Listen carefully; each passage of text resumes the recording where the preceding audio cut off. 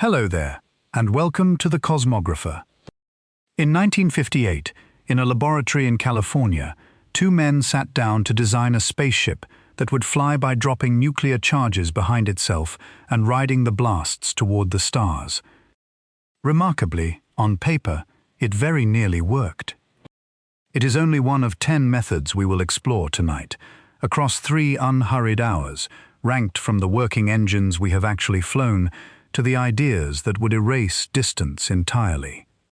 We will follow a magnetic scoop that feeds on the emptiness between the stars, a fleet of gram-sized probes racing at 1/5 of the speed of light, and a fuel so potent that all we have ever made would barely light a single bulb. We will meet a ship that carries a whole civilization across 4 centuries, and a drive that moves space instead of the ship. And the method at the very top of this list does not cross the 4.24 light-years to the nearest star. It folds them away. Get comfortable and settle in. Subscribe if you're new here and you like the long way through the universe's greatest questions. Because by the end of this list, the distance to the stars may look less like a wall and more like a question. Let's begin at number 10. Number 10. Chemical rockets. To understand every method on this list, we have to begin with a single number, and it is worth saying slowly. The nearest star system to our own is called Alpha Centauri, and it sits 4.24 light-years away. That distance is roughly 40 trillion kilometers. It is a number so large that the human mind cannot hold it, so instead of holding it, we will spend the next 3 hours walking toward it, one method at a time, from the crudest tool we possess to the strangest one physics will allow. And the crudest tool, the one we begin with, is the only tool that has ever actually left the Earth. Right now, as you listen, the most distant human-made object in existence is a spacecraft called Voyager 1. It launched on the 5th of September 1977, which means it has been flying for nearly half a century. It is small, and it is cold, and it is traveling faster than almost anything humanity has ever built, at a speed of roughly 61,000 kilometers per hour. At that speed, Voyager 1 would need approximately 73,000 years to reach Alpha Centauri. That figure is not a rounding error, and it is not an exaggeration. It is a wall. It is the wall the entire rest of this list is trying, in one way or another, to climb. Chemical rockets work in a way that is easy to picture. They carry a propellant, they burn it, and they expel the hot exhaust out of a nozzle at high velocity. Every action has an equal and opposite reaction, so as the exhaust rushes backward, the rocket is pushed forward. This is the principle behind every launch you have ever seen, from the first fragile test flights to the enormous vehicles that carried human beings to the moon. It is a beautiful piece of physics, and within the neighborhood of the Earth, it works extraordinarily well. The trouble is that the neighborhood of the Earth is unimaginably small compared to the gap between the stars. Consider the most powerful rocket humanity has ever successfully flown, the Saturn V. It stood taller than a 30-story building, and it burned its fuel at a rate that is difficult to comprehend. Engineers measure the efficiency of a rocket engine with a value called specific impulse, which you can think of as how many seconds of thrust the engine extracts from each kilogram of fuel. The Saturn V achieved a specific impulse of around 450 seconds. For the task of lifting human beings off the Earth and sending them to the moon, that number was a triumph. For the task of reaching another star, that same number is profoundly, almost insultingly insufficient. The gap between what it could do and what a starship needs is not a gap you close with a better nozzle or a cleaner fuel. It is a gap written into the chemistry itself. The reason lies in an equation that governs every rocket ever flown, and it is worth understanding because it is the quiet villain of this entire story. It was worked out more than a century ago by a Russian schoolteacher named Konstantin Tsiolkovsky, and it is called the rocket equation. What it tells us is brutally simple. The faster you want to go, the more fuel you must carry. But the more fuel you carry, the heavier your rocket becomes. And the heavier it becomes, the more fuel you need to move that new weight. This is a spiral, and it does not resolve gently. To go a little faster, you need a lot more fuel. To go much faster, you need a preposterous amount of fuel. Past a certain point, the rocket becomes almost entirely fuel, carrying a tiny payload, and it still falls hopelessly short of the speeds the stars demand. Now, engineers are clever people, and they have found ways to cheat the equation at the edges. The most elegant trick in the entire chemical arsenal is called the gravity assist. When a spacecraft flies close to a planet, it can steal a small fraction of that planet's orbital momentum, swinging around it like a stone in a sling and flinging itself outward faster than it arrived. This costs no fuel at all. It is a gift, borrowed from the motion of worlds. And it is how our fastest spacecraft achieved its record. That spacecraft is called the Parker Solar Probe, and it was built to fly closer to the Sun than anything before it. As it swung around our star, falling inward and whipping back out, it briefly reached a speed approaching 690,000 kilometers per hour. Take a moment with that number, because it is the fastest a human-made object has ever traveled. It is more than 10 times faster than Voyager 1. By every human standard, it is astonishing. And yet, measured against the speed of light, it is still less than 1/10 of 1%.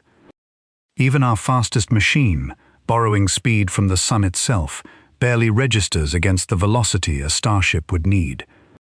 The wall does not move. There is something worth noticing in that record, a quiet detail that says everything about where we stand. The Parker Solar Probe did not reach its speed by burning fuel. It reached it by falling, by borrowing momentum from the Sun's gravity. Our fastest object, in other words, had to cheat to get there. It could not have reached that speed on its engine alone. That is not a criticism of the engineering, which is superb. It is a measurement of the ceiling. Chemistry, no matter how cleverly we arrange it, has a limit, and we are already pressing against it. That limit comes from the fuel itself. The energy that powers a chemical rocket is stored in the bonds between atoms, in the chemistry of the propellant. When those bonds break and reform into new molecules, they release energy, and that energy becomes the velocity of the exhaust. But the amount of energy stored in a molecular bond is fixed by nature. There is only so much there. No arrangement of chemistry, no exotic mixture, no clever engineering can squeeze more energy out of a molecular bond than the bond contains. And the energy those bonds contain, while enormous by everyday standards, is simply not enough to fling exhaust out of a nozzle fast enough to cross the space between stars in any span of time that matters to a living civilization. We could wait 10,000 years, or 50,000, or 100,000. The chemistry runs out long before the distance does. We have known this for a very long time. We knew it, in fact, before the first liquid fuel rocket ever left the ground. Tsiolkovsky's equation was written down at the turn of the 20th century, decades before the space age began, and it told anyone who cared to look that chemical rockets, however magnificent, would never carry us to another sun. Everything we have flown since has confirmed it, flight after flight, record after record. The engines have grown more powerful and more refined, and the wall has not shifted by a single year. And so we arrive at the honest place this method leaves us. Chemical rockets will carry our legacy outward. Voyager 1 carries a golden record, a message pressed into metal, sounds and images from a world it will never return to, drifting towards stars it will not reach for tens of thousands of years. That is the true role of the chemical rocket in the story of interstellar travel. It is not the vehicle that takes us to the stars. It is the proof that we tried. It is the first step of a journey whose second step has not yet been invented, a step that carries our fingerprints outward into the dark while we stay behind, doing the harder work of imagining what comes next. It helps to look closely at just how lopsided the arithmetic becomes, because the numbers have a way of making the wall feel solid. When the Saturn V stood on its launch pad, fully fueled, roughly 90% of its total mass was propellant.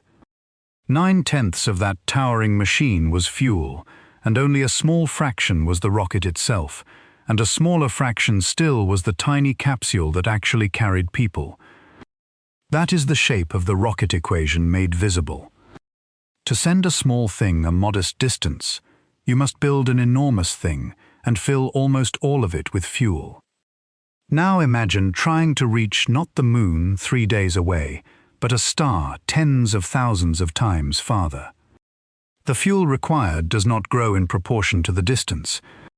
It grows far faster, curving upward toward absurdity, until the amount of propellant needed exceeds the mass of the entire spacecraft many times over, then many thousands of times over, then beyond any quantity we could ever assemble.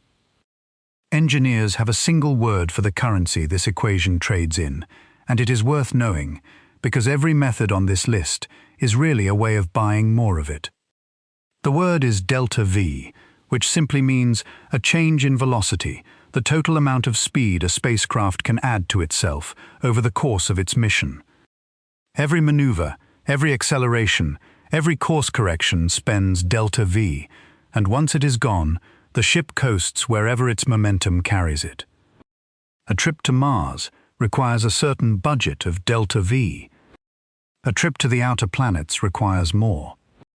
A trip to another star, completed within a human lifetime, requires a budget so enormous that chemical propulsion cannot even approach it. The rocket equation is, in the end, a statement about how expensive delta V is when you have to carry your own fuel to buy it. And chemistry, for all its power, sells delta V at a price no starship could ever afford. This is why the gravity assist matters so much, and why it is not enough. When a spacecraft swings past a planet and steals a fraction of that world's orbital momentum, it gains delta V for free, without spending any fuel at all. The great outer planet missions were choreographed around exactly these encounters, threading past world after world, each flyby bending the path and adding speed. Voyager 1 and its twin, Voyager 2, owe their escape from the solar system to a rare alignment of the outer planets that let them chain such assists together. But even a perfectly choreographed tour of gravity assists can only add so much. The planets can lend a spacecraft momentum, but the loan is finite, capped by how fast the planets themselves move. There is no arrangement of flybys that turns a chemical rocket into a starship. The free speed runs out, and the wall remains. Consider, too, what weights in the space a starship would have to cross, because even the emptiness is not quite empty. The gap between the stars is filled, thinly, with drifting gas and dust, and at low speeds, this matters not at all. But it is a reminder that the 4.24 light-years to Alpha Centauri are not a clean, frictionless track. They are a real region of a real universe, with its own thin weather, its own scattered debris. A chemical rocket is so slow that none of this troubles it.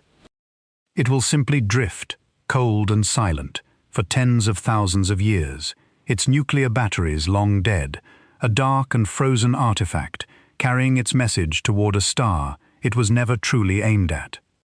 Voyager 1 will not reach Alpha Centauri at all. It is traveling in a different direction. Its 73,000-year figure is a comparison, a way of measuring the wall, not a destination it will ever meet. And yet there is something worth honoring in these first, inadequate machines, something that the coming methods, for all their power, can never take from them. The chemical rocket is the only method on this list that has actually flown.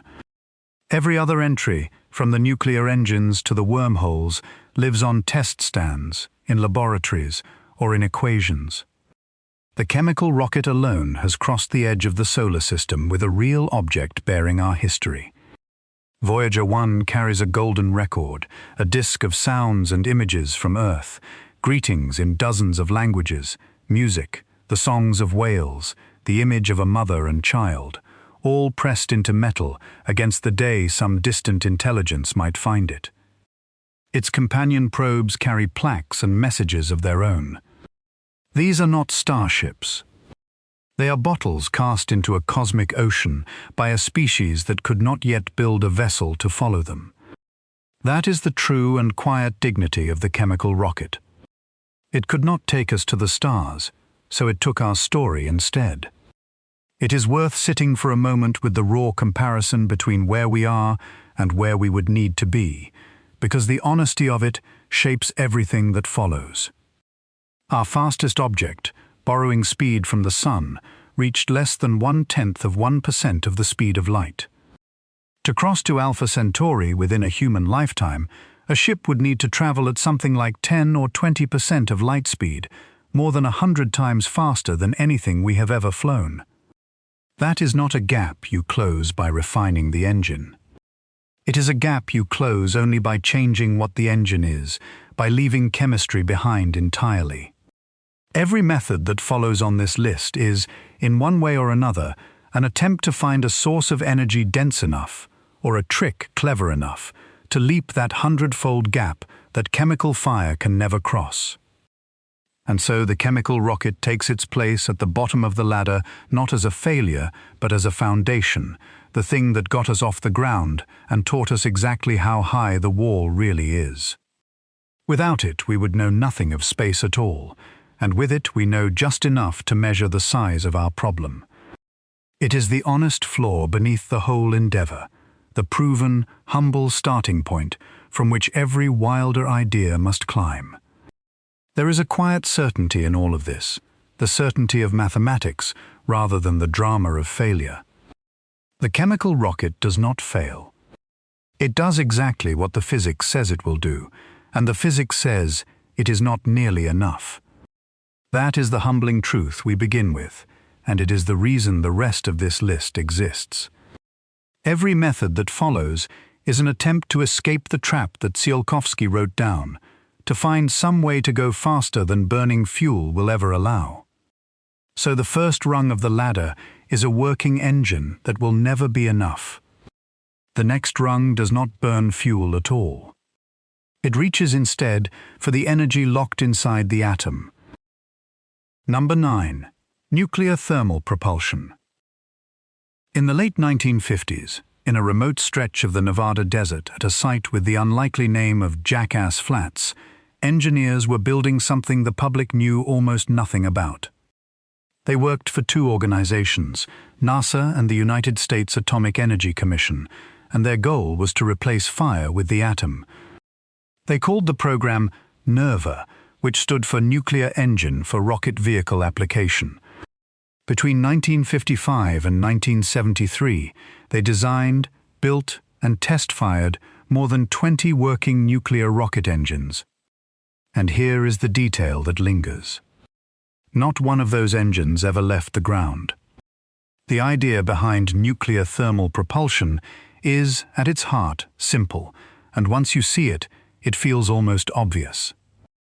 A chemical rocket has to carry both a fuel and an oxidizer, and it burns them together to make hot gas. But burning is only one way to make gas hot. What if you skipped the combustion entirely? What if, instead of burning anything, you used a nuclear reactor to heat a working fluid directly? That is exactly what a nuclear thermal rocket does.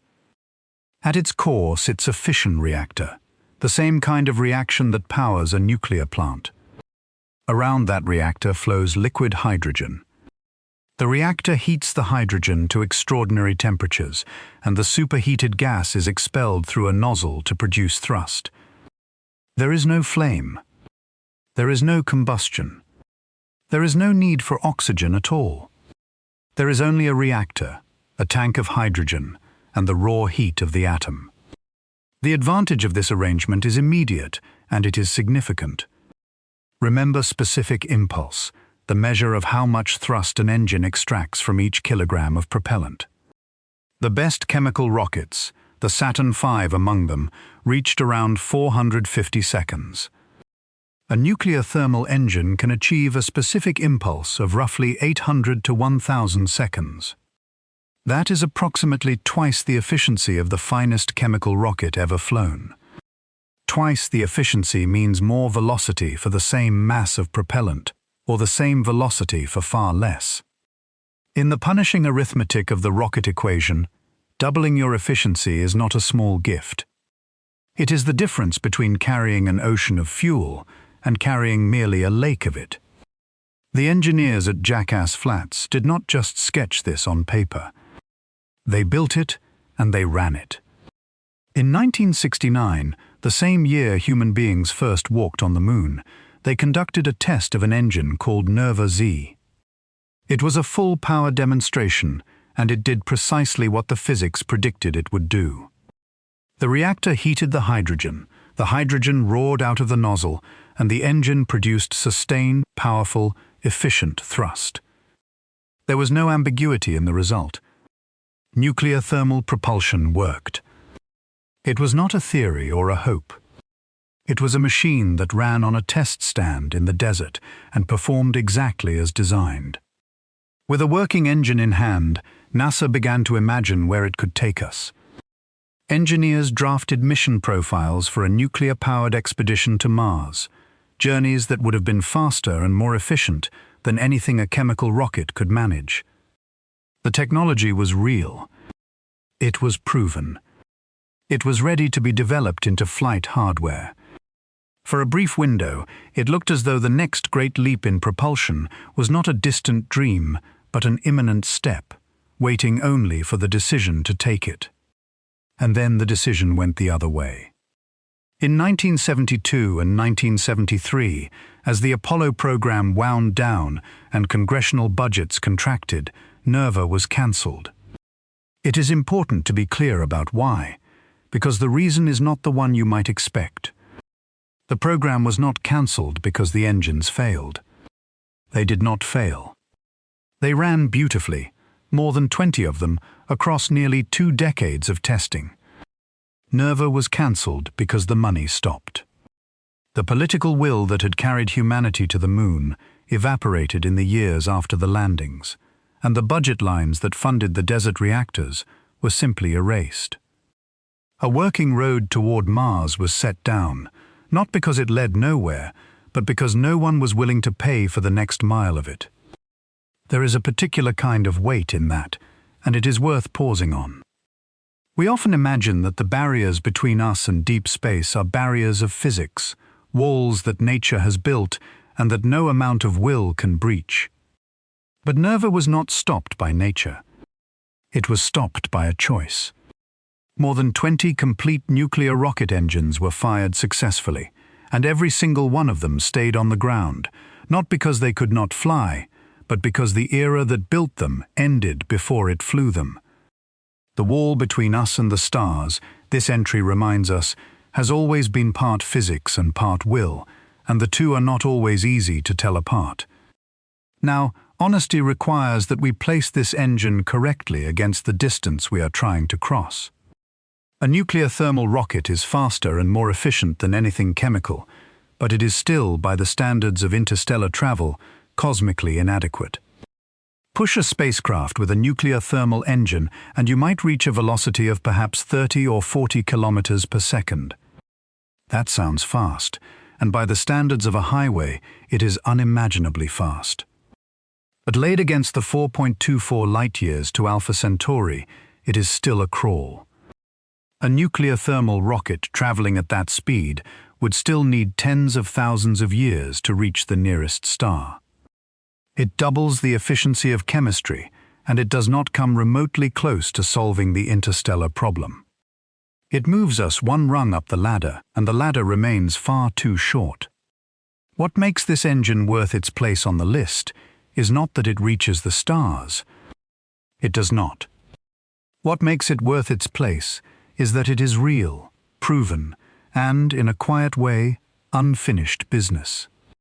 And the story does not end in the 1970s.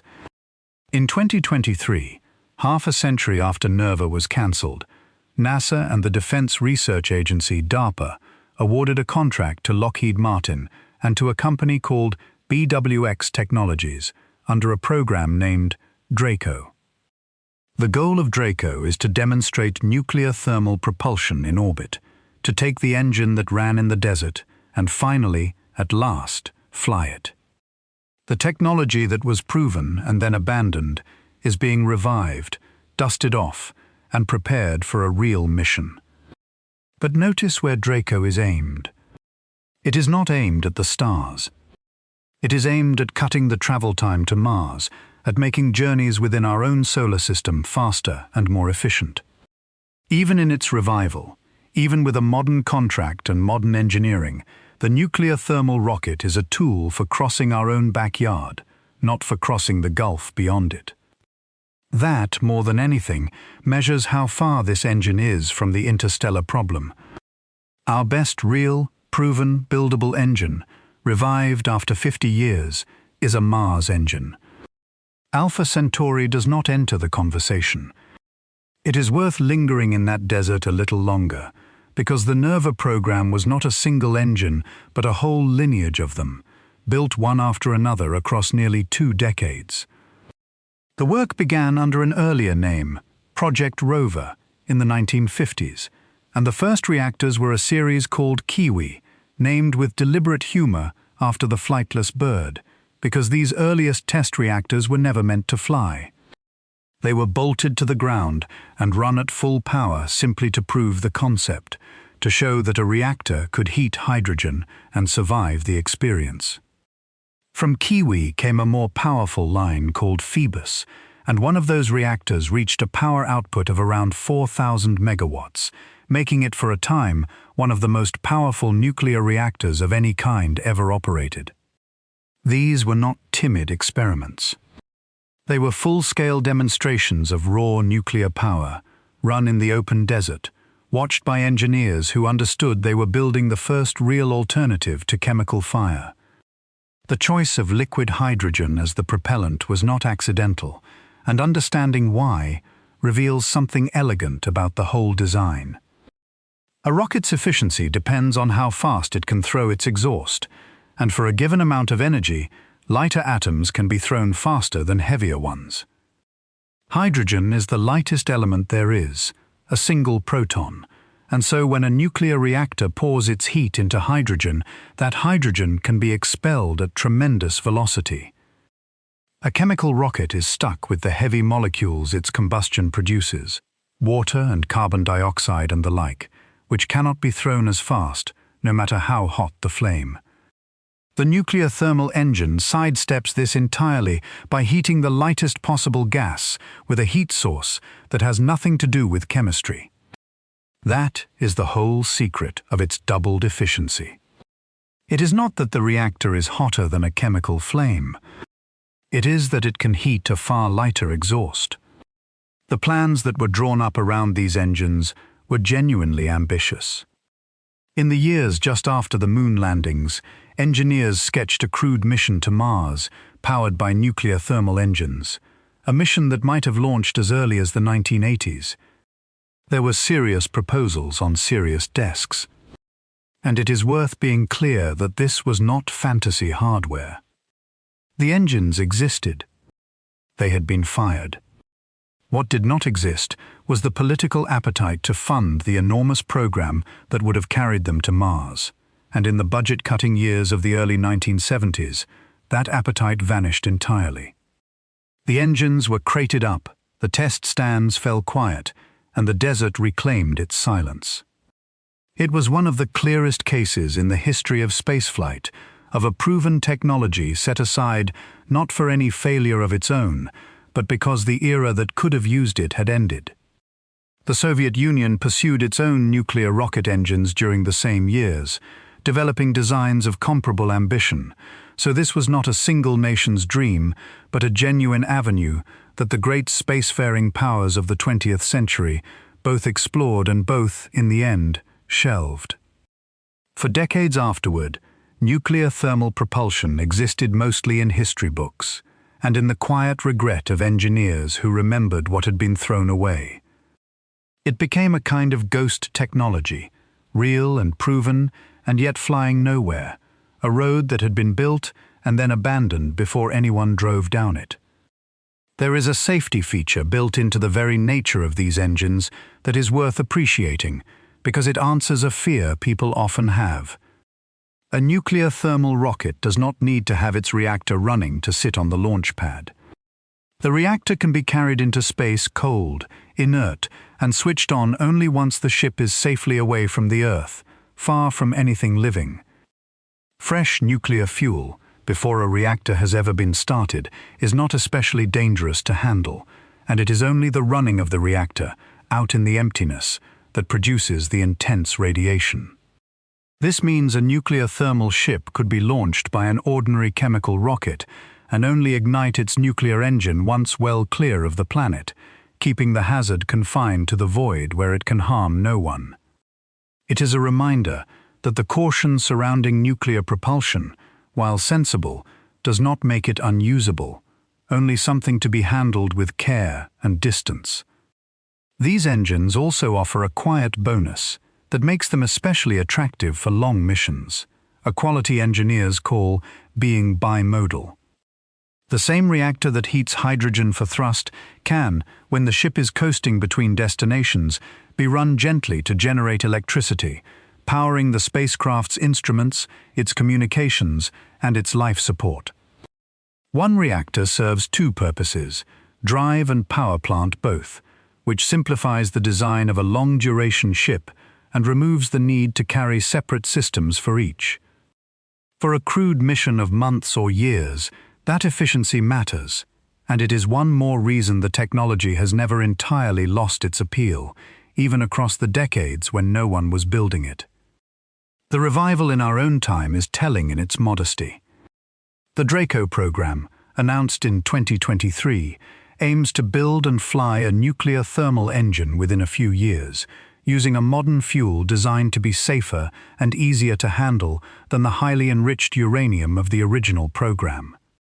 It is a genuine step forward, the first serious move to actually fly the technology rather than merely test it on the ground. But its goal is measured in months shaved off a trip to Mars, not in reaching another star. And that, more than any equation, is the honest measure of where nuclear thermal propulsion sits.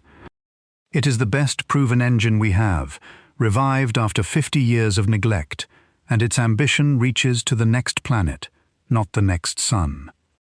Even our finest real machine is a tool for crossing the yard, not the ocean beyond it. It is worth appreciating what nuclear thermal propulsion would actually change, even confined to our own solar system, because the gains are real. A journey to Mars that might take 7 or 8 months with chemical rockets could be shortened considerably with nuclear thermal engines, and a shorter journey is not merely a convenience. It means less time for a crew exposed to the radiation of deep space, less food and water and air to carry, less of everything that makes a long voyage dangerous and expensive. Speed in space travel is safety. The faster you cross, the less the crossing can harm you. So even an engine that will never reach a star earns its place by making the nearer journeys safer and by proving that the atom can push a spacecraft in a controlled, sustained, reliable way. That reliability is the quiet lesson of the desert years. More than 20 engines fired again and again, behaving predictably, is not a record of experiment, but a record of a working technology. The nuclear thermal rocket is not a gamble or a hope. It is a known quantity, sitting in the archives, waiting only for the will to fly it. And that is perhaps the strangest thing about this entry, that its main obstacle for 50 years was not any question of whether it could be done, but simply whether anyone would choose to. And so the question this entry leaves us with is not whether nuclear rockets work. That question was answered decisively in the desert, on a test stand, in the same year we walked on the moon. They work. The real question is one of patience. Are we willing to build not just the next engine, but the one after that, and the one after that, following the ladder upward through method after method, until we finally reach a rung tall enough to matter? Nerva proved that the atom can push a spacecraft harder than fire ever could. It also proved how far even the atom's gentlest use falls short. Doubling the efficiency still leaves the stars tens of thousands of years away. To go faster, some engineers decided they would not merely heat the fuel with the atom. They would detonate it. Number 8. Nuclear pulse propulsion. If heating the fuel with a reactor doubles our efficiency, what happens if we stop being gentle with the atom altogether? What happens if, instead of using the reactor's steady warmth, we use the full, sudden violence of a nuclear detonation? That is the question behind the 8th method on our list, and the answer that emerged is one of the strangest and most audacious ideas in the history of engineering. It is the idea of building a spaceship that flies by setting off nuclear bombs behind itself, one after another, and riding the blasts toward the stars. The concept sounds almost like a joke until you look at the numbers, and then it stops being funny and becomes something close to awe. The idea had first been suggested by the physicist Stanislaw Ulam as far back as 1947, in the earliest years of the atomic age. But it was in 1958, at a company called General Atomics in California, that two remarkable men sat down to turn it into a real design. One was the physicist Freeman Dyson, one of the most inventive minds of the 20th century. The other was an engineer named Ted Taylor, a specialist in nuclear weapons who wanted, more than anything, to point that terrible knowledge outward, toward space, rather than at other cities. Together they gave the project a name that has echoed through space history ever since.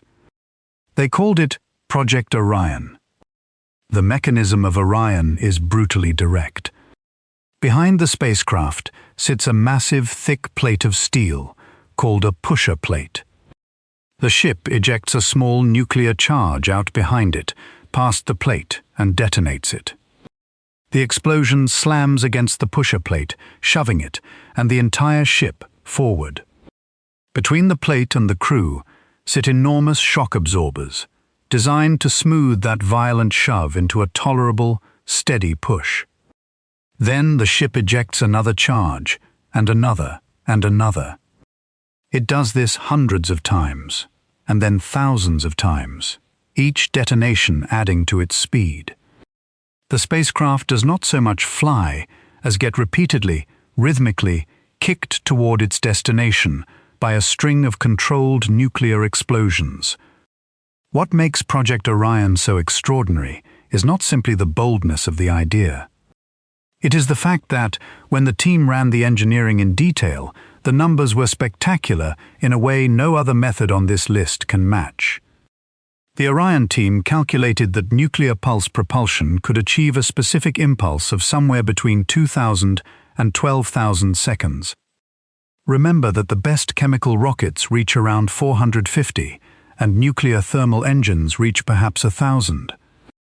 Orion offered efficiency 5 to 30 times greater than chemical rockets. And here is the part that no other design manages. It offered that enormous efficiency while also producing tremendous thrust, enough to move a truly massive ship on the order of millions of newtons of force. Almost every other advanced propulsion concept forces a painful trade. You can have high efficiency or high thrust, but not both at once. Nuclear pulse propulsion, uniquely, offered both qualities together. No other proposed technology, before or since, has done that on paper. The Orion team allowed themselves to dream about where this could take us, and the dreams were not modest. They believed they could reach Mars in a matter of weeks, not months. They believed they could reach the moons of Saturn in less than a year. and with a large enough interstellar variant of the design, they believed a nuclear pulse ship could approach 3 to 10% of the speed of light. At those speeds, the nearest stars move from the realm of the impossible into the realm of the merely difficult, journeys of centuries rather than tens of thousands of years.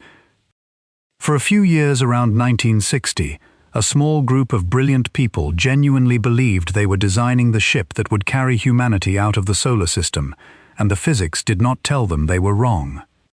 What told them they were wrong was not physics. It was law. In 1963, the United States signed the Partial Test Ban Treaty, an agreement that prohibited the detonation of nuclear devices in the atmosphere, underwater, and in space. Orion's entire method depended on detonating nuclear charges in space, hundreds and thousands of them. With the stroke of the pens that signed that treaty, the project's propulsion system became illegal. Orion was cancelled in 1964, the year after the treaty. It did not die because the engineering failed. In small-scale tests using conventional chemical explosives, the pusher-plate concept worked almost exactly as predicted. It died because the world, quite reasonably, decided that filling space with nuclear explosions was not something it wished to permit, even in the name of exploration. But the idea was too compelling to disappear entirely. 15 years later, on the other side of an ocean, a group called the British Interplanetary Society gathered a team of scientists and engineers who spent 5 full years refining the nuclear pulse concept into something cleaner and more precise.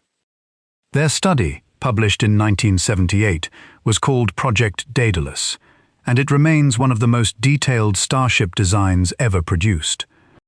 Where Orion used fission bombs, Daedalus used fusion, a cleaner and more energetic reaction. The design was for a 2-stage vehicle of staggering size, weighing 54,000 tons, of which 50,000 tons was fuel. It would work by detonating 250 small pellets of deuterium and helium-3 every second, igniting them with electron beams inside a reaction chamber, and channeling the resulting blasts out the back through a magnetic nozzle. The performance Daedalus promised was remarkable. It was designed to reach 12% of the speed of light. Its target was Barnard's star, a red dwarf 5.9 light-years away, and its projected flight time to get there was about 50 years. 50 years.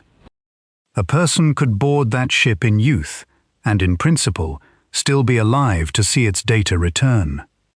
There was one especially exotic detail in the plan. The helium-3 fuel that Daedalus needed does not exist in useful quantities on Earth, so the design called for it to be mined from the atmosphere of Jupiter, scooped from the clouds of the largest planet in our solar system by floating factories. It was a design that reached at every step beyond what we could build, and yet every step was worked out in real engineering detail. Here is what makes these two projects sit together so powerfully. Two independent teams, separated by 15 years and by an entire ocean, working with different reactions and different assumptions, arrived at the same fundamental conclusion. Carefully directed nuclear detonations are the most credible method humanity has ever put to paper for actually reaching another star within something like a human timescale. This was not one enthusiast's fantasy. It was the considered judgment of two serious groups of scientists and engineers, reached separately, decades apart. When you set them side by side, the message is hard to ignore. Of everything we have ever seriously designed, the nuclear pulse starship is the one that came closest to being buildable. And both of them died without ever leaving the drawing board. Orion was killed by a treaty. Daedalus was only ever meant to be a study, a proof that such a thing could be designed, not a project anyone intended to fund and fly. There is a quiet grief in that, the grief of watching how close paper came to a starship, and how completely that paper stayed paper. The blueprints exist. The calculations check out. The materials, for the most part, are ones we could produce. What was missing was never the physics. What was missing was the will and the money, and a world willing to let the atom be a doorway rather than only a weapon. The reason nuclear pulse propulsion offers something no other method can is worth stating plainly, because it is the heart of why serious people took it so seriously. Almost every propulsion idea forces a cruel choice between two virtues. You can have high efficiency, squeezing a great deal of velocity from a little fuel, but usually only at low thrust, a gentle push that takes a long time to build up speed. Or you can have high thrust, a powerful shove, but usually at low efficiency, burning through fuel quickly. Chemical rockets have high thrust and low efficiency. Gentle electric drives have high efficiency and almost no thrust. Nuclear pulse propulsion, uniquely, offers both at once, because each nuclear detonation is both enormously energetic and enormously forceful. It could push a very heavy ship, and push it hard, and do so efficiently, all at the same time. That combination is why the Orion team could imagine reaching Mars in weeks rather than months, and the outer planets in under a year, timescales that still exceed anything we can achieve today, more than half a century later. There is also a sobering practical reason such a ship has never been built beyond the treaty that forbids it, and it concerns how you would launch one. A vehicle that flies by detonating nuclear charges cannot simply lift off from a launch pad near a city, because the first detonations would release radiation and electromagnetic effects across the surrounding region. The designers of Orion imagined launching from remote locations, or assembling the ship in space and only igniting the drive well away from the Earth, precisely to keep the fallout far from anything living. These are not impossible problems, but they are heavy ones, tangled with questions of safety and politics as much as engineering. The nuclear pulse ship is a starship you almost cannot test without confronting the very fears that led the world to ban nuclear explosions in the open in the first place. There is one more limitation worth naming honestly, because it shadows even these bold designs. Daedalus, for all its power, had no way to slow down. It would have accelerated toward Barnard's star, reached 12% of light speed, coasted across the years, and then flown straight past its target, gathering what data it could in a single fleeting pass before continuing on into the dark forever. Even our most credible starship, in its most detailed form, could only glance at its destination as it hurtled through.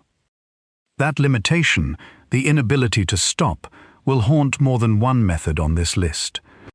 The detail that makes Project Orion feel real, rather than like a thought experiment, is that the team actually tested the principle, not with nuclear charges, but with ordinary chemical explosives. In 1959, at a site near San Diego, they built a small model, a few feet across, and propelled it upward, using a series of conventional explosive charges detonated beneath a pusher plate. The little craft, nicknamed by the team for its stuttering flight, rose steadily on a string of blasts and came down gently under a parachute. It was a crude demonstration, but it proved the core idea. A plate could absorb a series of explosions and convert them into smooth, controlled upward motion without tearing itself apart. The concept was not just sound on paper. It had flown, in miniature, on a plume of chemical fire. The scale the Orion team was willing to imagine is difficult to comprehend. They designed versions of the ship ranging from modest vessels to enormous ones. The larger designs weighed thousands of tons, and the team even sketched truly gigantic variants, ships massing millions of tons that could carry entire communities into space in a single launch. Freeman Dyson, always willing to think in grand terms, calculated what an interstellar version might achieve and concluded that a sufficiently large Orion could reach several % of the speed of light, carrying not a tiny probe but a substantial payload, perhaps even people, toward the nearer stars across a journey of centuries. It was, for a brief moment, the only design in existence that offered the possibility of sending human beings, and not just instruments, toward another sun. Dyson himself later wrote about the project with a mixture of pride and sorrow, in an essay reflecting on why it had ended. He had believed, genuinely, that Orion could open the solar system within his own lifetime, that people might walk on the moons of Saturn before the century was out. The signing of the Partial Test Ban Treaty ended that hope, and Dyson, who supported the treaty as a matter of protecting the Earth from radioactive fallout, found himself in the painful position of endorsing the very agreement that killed his starship. He accepted it. He believed that keeping nuclear explosions out of the atmosphere was worth more than his dream of riding them to the planets.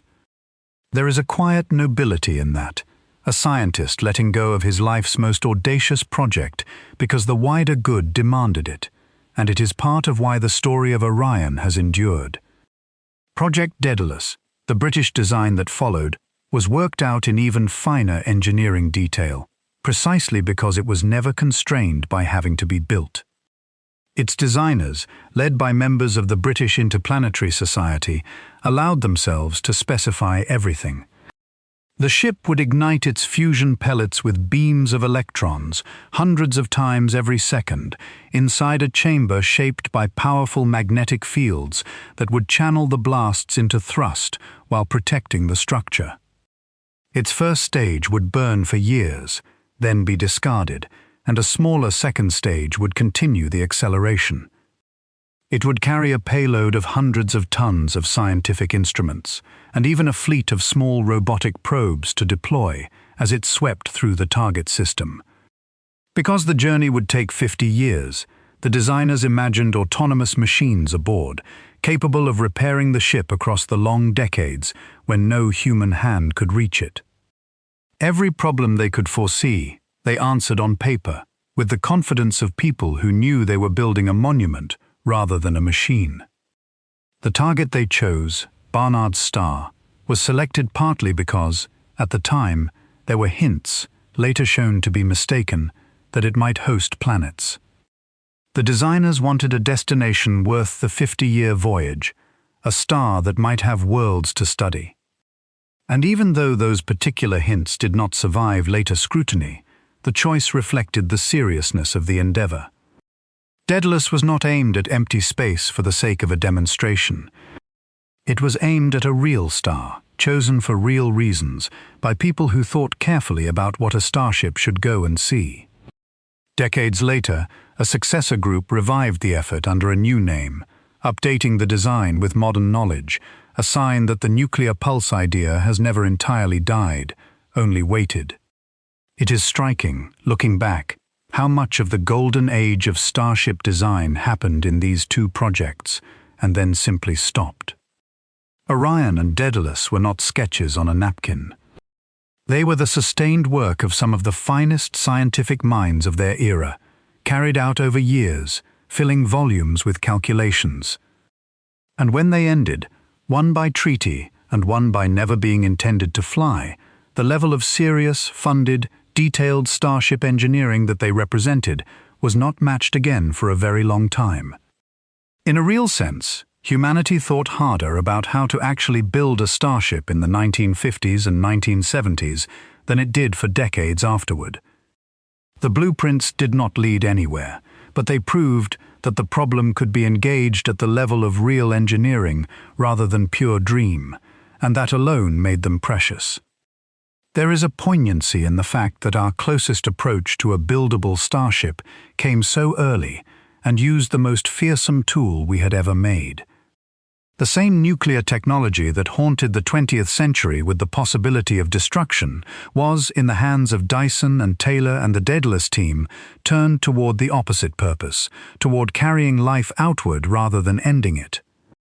Ted Taylor, a weapons designer, wanted more than anything to see the atom used to open the solar system, to redeem in some measure the terrible knowledge he had helped create. That the world chose, understandably, to forbid nuclear explosions rather than to ride them to the planets is not a verdict against the engineering. It is a measure of how heavy the tool was and how carefully humanity decided it must be handled. The starship that came closest to being real was also the one the world was least willing to permit. Still, both designs shared one deeper constraint, and it points us toward the next idea. Orion and Daedalus, for all their ambition, still had to carry their explosive fuel with them, tens of thousands of tons of it, most of the ship's entire mass. They still lived, in the end, under the shadow of the rocket equation, hauling their own energy across the void. And that raises a question that one physicist, eating breakfast at a national laboratory, could not stop asking. If carrying fuel is the thing that limits every rocket ever built, then why should a starship carry any fuel at all? Number 7. The Bussard Ramjet. According to the man himself, the idea arrived at breakfast. It was 1959, and a physicist named Robert Bussard was eating at the Los Alamos laboratory in New Mexico, looking, by his own account, at a rolled tortilla, when a thought struck him so cleanly that he spent the following year turning it into a formal scientific paper. The thought was a question, and it was the same question the last entry left us with. Every rocket ever built is limited by the fuel it must carry. The faster it wants to go, the more fuel it needs, and the more fuel it carries, the more it weighs. What if, Bussard asked, you carried no fuel at all? At first that sounds impossible. A rocket without fuel is just a falling object. But Bussard had noticed something about the space between the stars, something easy to overlook. That space is not truly empty. We call it a vacuum, and by everyday standards, it is emptier than anything on Earth. But it is not nothing. Threaded thinly through the interstellar medium, the vast dark between the stars, is hydrogen, the lightest and most abundant element in the entire universe. It drifts there, a scattering of atoms, waiting. And hydrogen is fuel. Hydrogen is exactly what a fusion reactor needs. So Bussard's idea was this: do not carry your fuel.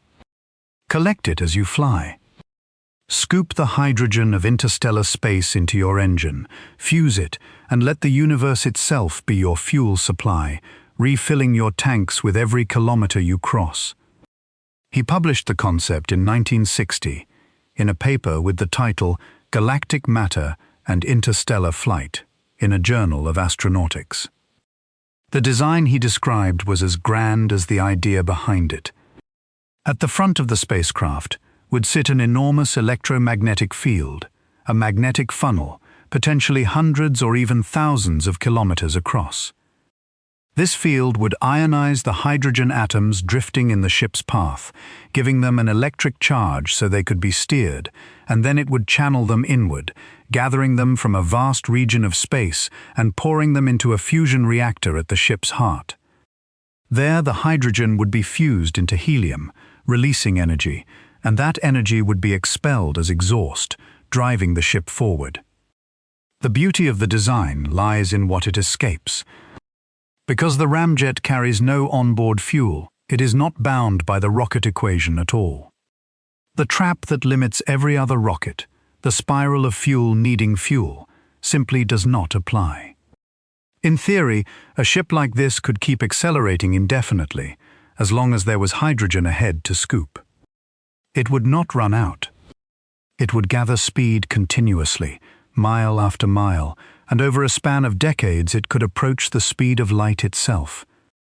At those velocities, the strange effects of relativity begin to help the traveler, compressing the felt duration of the journey. A crew aboard a working ramjet might cross distances that would take light thousands of years, and yet experience only years passing. A round trip to a neighboring galaxy, absurd by any other method, becomes at least conceivable within a single human lifetime. It is no wonder the idea captured imaginations far beyond physics. The great science communicator Carl Sagan cited the Bussard ramjet as one of the few propulsion concepts that might genuinely open the galaxy to us. The novelist Poul Anderson built an entire book around a ramjet that could not stop accelerating, its crew carried helplessly toward the end of the universe. And in one of the most famous science fiction universes ever created, the glowing collectors mounted on the front of every starship are explicitly named Bussard collectors, a quiet tribute embedded in popular culture to how seriously the physics community once took this man's breakfast idea. For a time, the Ramjet was the great hope, the design that seemed to sidestep every wall we had run into. And then the problems began to arrive, one after another, each one heavier than the last. The first problem is the sheer thinness of interstellar space. When Bussard imagined scooping hydrogen from the void turned out to be far emptier than the design needed.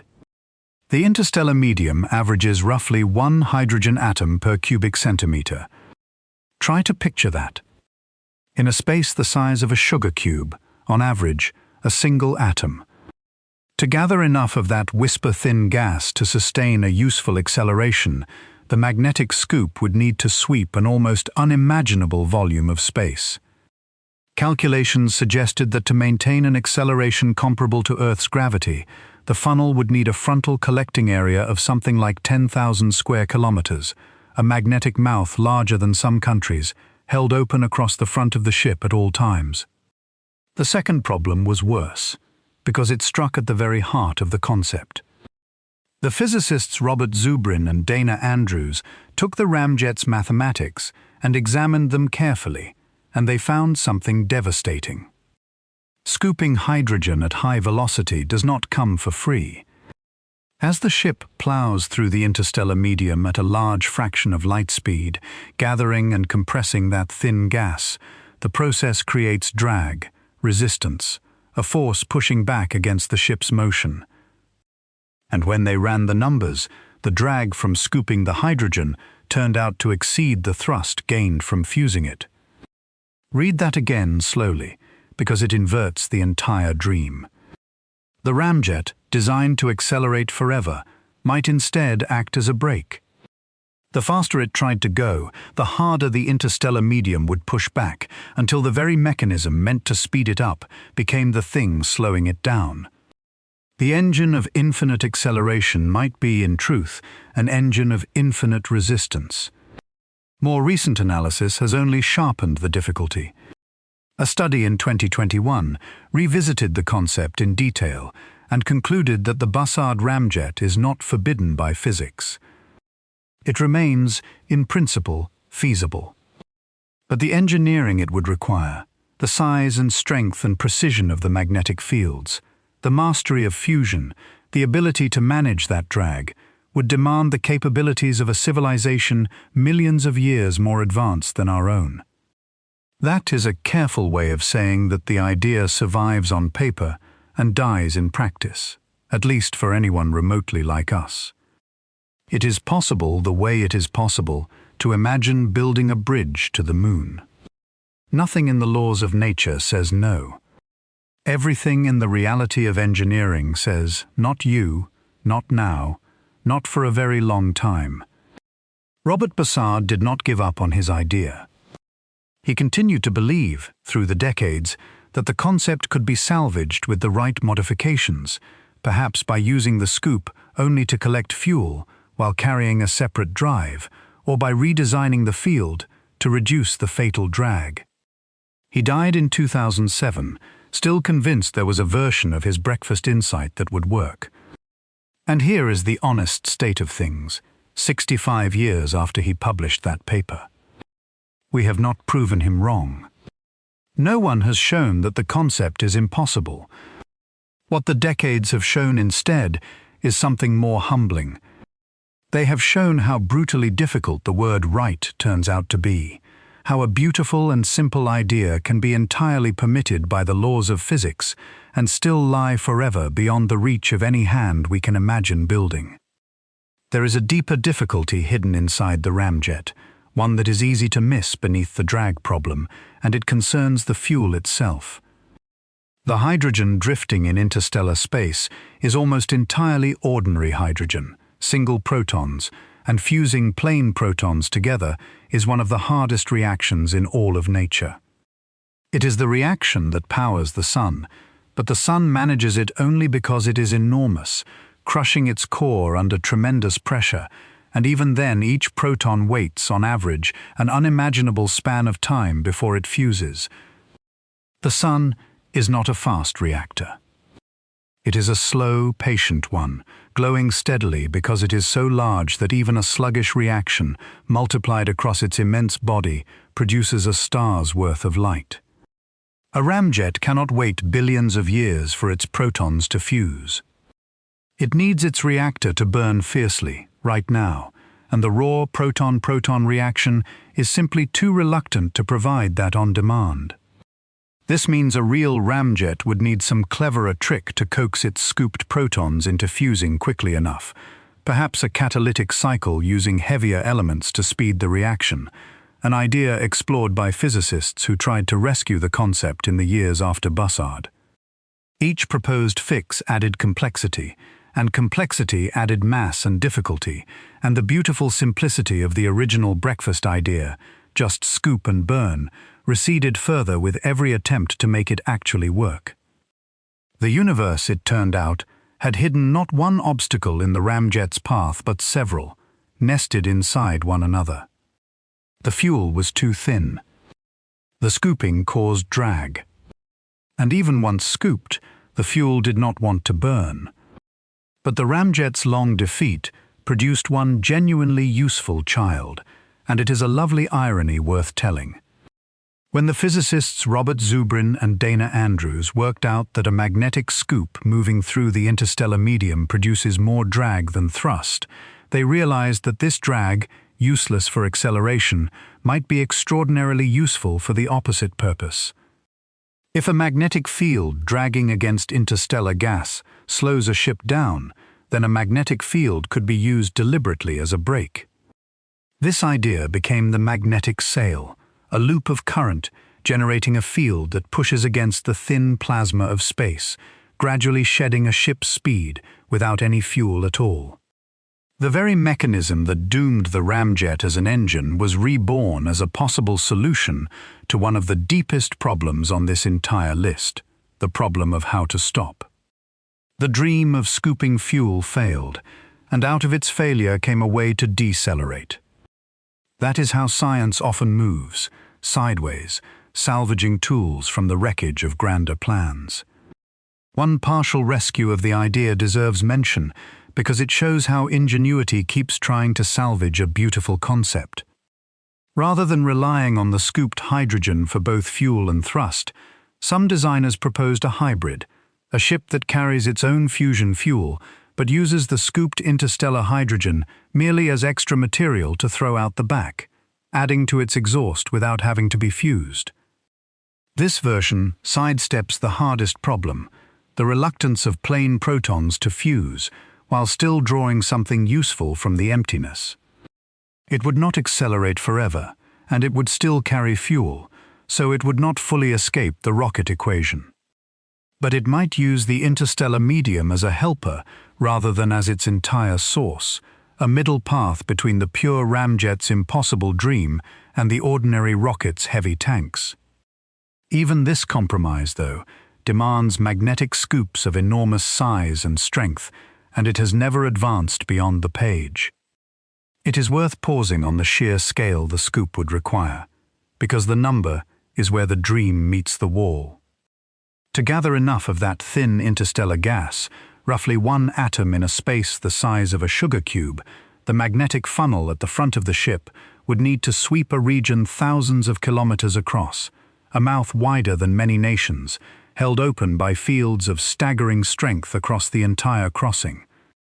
Building and maintaining a magnetic structure of that size, in motion at a large fraction of light speed, while it plows through the resisting medium it is trying to harvest, is a task that dwarfs anything in human engineering by so many orders of magnitude that the comparison loses meaning. It is not a bigger version of something we build. It is a different category of undertaking altogether, one belonging to a civilization we can barely imagine. The Bussard ramjet also left a lasting mark on how we imagine the future, precisely because it was one of the few concepts that seemed to promise the galaxy rather than merely the nearest star. Because it appeared, on paper, to allow endless acceleration, it offered something no other method could, the possibility of relativistic travel, where the crew, moving at speeds close to light, would experience time itself slowing, so that journeys spanning thousands of years of outside time might feel like mere years aboard. A ship that could truly accelerate without limit could, in principle, cross the entire galaxy within a single human life as felt by its crew, though millions of years would pass in the world it left behind. That vision, of a ship feeding on the emptiness and outrunning time itself, is why the ramjet gripped imaginations so tightly, and why its slow deflation felt less like a calculation and more like the closing of a door. The relativistic promise of the ramjet, the dream that gripped so many, deserves one honest look, because it is the source of the idea's enduring power. If a ship truly could accelerate steadily, without ever running out of fuel, then over years of steady acceleration it would climb toward the speed of light, and as it did, the strange effects of relativity would begin to reshape the experience of time aboard. The faster the ship travels, the more slowly its clocks run compared to the worlds it passes, so that the crew, feeling only years go by, could cross spans of the galaxy that light itself takes tens of thousands of years to traverse. A journey to the center of the Milky Way, some 25,000 light-years away, might unfold in a couple of decades of felt time aboard a ship that never stopped accelerating. This is why the ramjet was never really about the nearest star. It was about the possibility that a single crew might see the whole galaxy within their own lives, while ages passed behind them. That vision is what makes the ramjet's defeat sting more than the others. It is not merely that a fast engine turned out to be slow. It is that a door, which seemed to open onto the entire galaxy, quietly closed, leaving us once again facing only the nearest few stars, and those only barely. The ramjet promised the most and, on examination, delivered the least, and the distance between that promise and that delivery is part of why the idea has never quite been laid to rest. What remains is a concept suspended between permission and impossibility. Nothing in the laws of physics forbids the Bussard ramjet. The most recent analyses confirm that a properly built version could work, in principle, if only its builders commanded engineering far beyond anything we can presently imagine.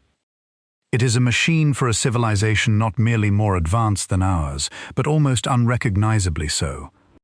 And so it sits on our list as a kind of beautiful warning, a reminder that permitted and possible are not the same word, and that the space between them can be wider than the space between the stars. There is a lesson buried in the ramjet's long, quiet defeat, and it is a lesson about the character of the universe itself. We tend to imagine empty space as a kind of open road, a frictionless track waiting for a fast enough vehicle. Bussard's dream was to live off that road, to feed on the emptiness as he crossed it. And what the mathematics revealed is that even a nearly empty universe pushes back on anyone who tries to move through it quickly enough. The road is not free. The emptiness has a texture, a resistance, a cost. If the universe will not give up its scattered fuel freely, then perhaps a ship should not try to carry an engine at all. Perhaps it should carry almost nothing and let something else, something waiting back home, do the pushing. Number 6. The laser sail. On the 12th of April 2016, in a room in New York City, a Russian billionaire named Yuri Milner stood beside the physicist Stephen Hawking and made an announcement that sounded, at first, like something out of fiction. Humanity, he said, would send a spacecraft to another star within a single generation. Not in 10,000 years. Not in 500. Within the lifetime of people already alive.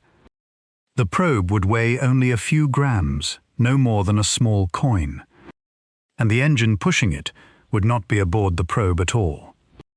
It would be a laser on the ground, more powerful than any laser ever built. The date they chose for the announcement was not an accident. It was the 55th anniversary of Yuri Gagarin's first flight into space, the day a human being first left the Earth. They were suggesting that this could be the next such day, the day a human machine first left the solar system for another sun. They called the project Breakthrough Starshot, and it may be the most serious attempt in human history to actually cross interstellar space. To understand how a laser on the ground could push a spacecraft to another star, we have to understand a strange and beautiful fact about light. Light carries momentum. It has no mass, but it pushes. When light strikes a surface and reflects off it, it transfers a tiny amount of push to that surface, a gentle pressure we do not feel in daily life because it is so small. But smallness is relative. If you make the object being pushed light enough, and the light striking it intense enough, that gentle pressure becomes a powerful shove. This is not exotic physics. It has been understood since shortly after the laser was invented in the middle of the 20th century. And one physicist saw its potential for the stars very early. Robert Forward explored detailed concepts for laser-driven sails as far back as the early 1960s, imagining vast reflective sheets pushed across the void by beams of light. The physics was never in doubt. What was missing, for half a century, was the will and the money to take it seriously.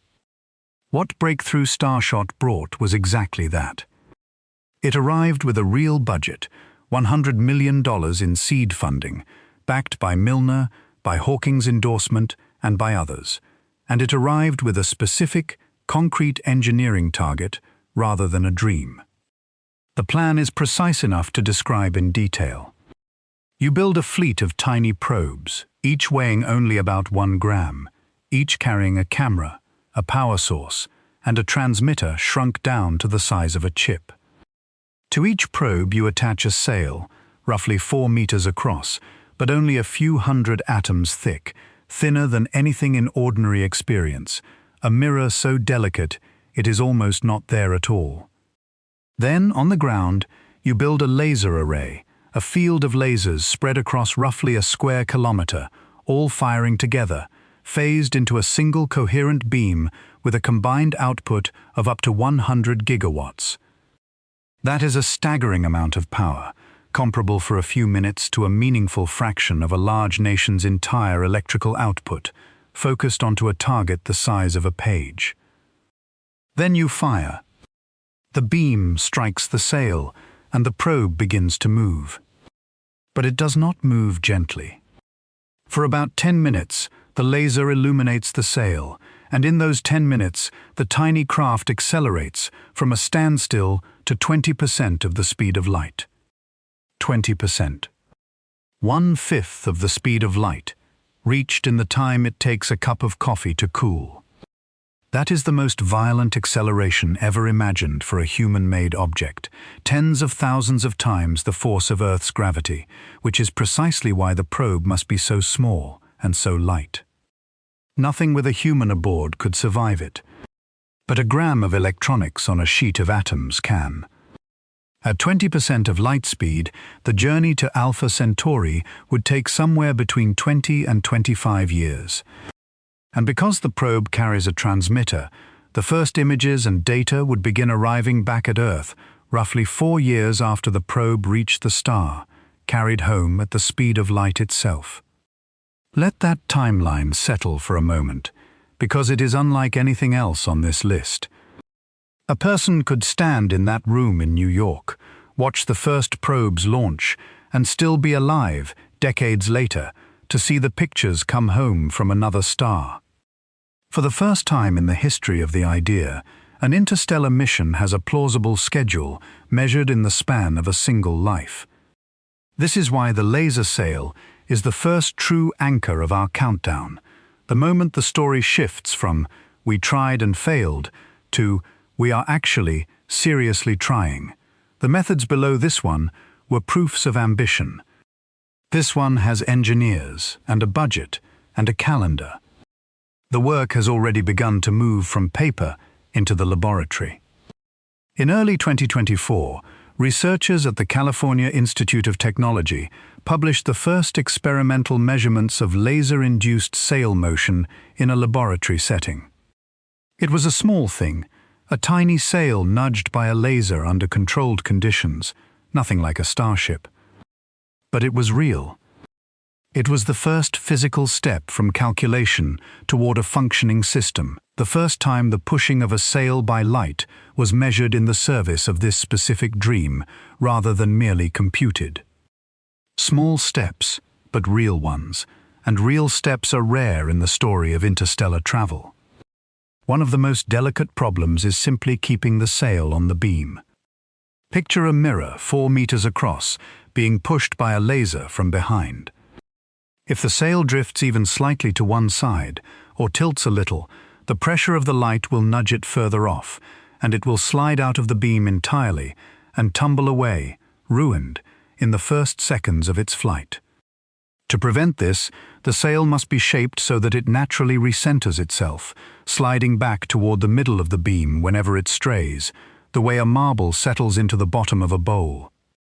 Designing a sail that rides its own beam stably, correcting its own wanderings without any moving parts, is one of the quiet triumphs the concept still requires, and researchers have proposed spinning the sail or curving it in particular ways to achieve exactly this self-steadying behavior. Then there is the problem of heat, which is more dangerous than it first appears. The sail must reflect nearly all of the laser light that strikes it, because even a tiny fraction absorbed, out of 100 gigawatts, would be enough to melt or vaporize a sheet only a few hundred atoms thick in an instant. A sail that reflects 99.9% of the light might survive. A sail that absorbs even a little more than that would flash out of existence at the moment of launch. This demands materials of almost unimaginable perfection, mirrors more flawless than anything we manufacture today, able to shed the light of a small nation's power grid without keeping any of it. The sail is not just thin and light. It must be very nearly a perfect mirror, and perfection at that scale is its own frontier. The answer to the dangers of the crossing, the dust and the failures and the sheer improbability of any single probe surviving, is not to send one probe, but to send a swarm. Breakthrough Starshot imagines launching not a lone spacecraft, but a fleet, perhaps 1,000 tiny sails, sent one after another, so that even if most are destroyed by dust or lost to malfunction along the way, some handful might survive the journey and arrive to send their images home. It is a strategy built on accepting loss, on redundancy rather than perfection, a cloud of gram-scale explorers scattered toward another star in the hope that a few will make it. There is something quietly moving in that image, 1,000 fragile mirrors flung into the dark so that a few might live to see another sun, and it is a very different way of reaching for the stars than the single heroic ship of older dreams. And yet the challenges that remain are formidable, and honesty requires that we walk through them, because they are severe. The first is coherence. To push the sail hard enough, the laser array must focus its combined beam onto a target only a few meters across, and it must keep that focus as the probe races away, from the ground, up through the shimmering distortion of the atmosphere, and out into space. Maintaining a coherent, tightly focused beam across those distances, and eventually across the growing gap as the probe pulls away, is a problem that has not been solved.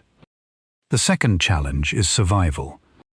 At 20% of the speed of light, the thin gas and dust of interstellar space stop being harmless. Every grain of interstellar dust the probe meets becomes, at that velocity, a microscopic bullet, striking with enormous energy.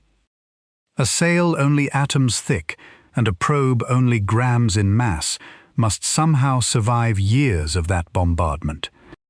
And the third challenge is the one that echoes an earlier entry on this list, the same limitation that haunted the great nuclear pulse designs. The laser can push the probe up to speed, but it cannot slow it down. There is no brake, no way to decelerate at the far end. Think carefully about what that means. A probe that reaches Alpha Centauri at 20% of the speed of light does not arrive and settle into orbit. It does not linger. It tears through the entire star system in a matter of hours, snapping what images it can, gathering what data it can in that brief crossing, and then it continues onward, out the far side, into the void beyond, carried by the same speed that got it there, never to stop, never to return. All that effort, the century of physics, the field of lasers, the fleet of atom-thin sails, buys us a few hours of close observation before the probe is gone forever into the dark. Stephen Hawking, at that announcement in New York, called this the moment humanity transcends its limitations. And it may be. But it is worth sitting with the shape of the achievement, because it is a strange and humbling one. Our most audacious plan, the first with a real budget and a real timeline, can only wave at its destination as it passes through it at a fifth of the speed of light. The problem of stopping has haunted the laser sail from the beginning, but it is worth knowing that the man who first imagined these sails also imagined a solution, and it is one of the most ingenious ideas in the whole history of the concept. Robert Forward, back in his early work, proposed a sail built in concentric sections, like a target of nested rings. As the craft approached its destination, the outer ring would detach, turn, and reflect the laser light back onto the inner section, which carried the payload. That reflected light, now pushing in the opposite direction, would decelerate the payload while the discarded outer ring sailed on. It was a way of using a single beam from home to both launch and land a spacecraft, a piece of thinking so elegant it feels almost like a magic trick. It would require sails far larger and lasers far more powerful than even Breakthrough Starshot imagines, but it proved that the no-brake problem was not a law of nature. It was an engineering challenge, and engineering challenges, given enough time, sometimes fall.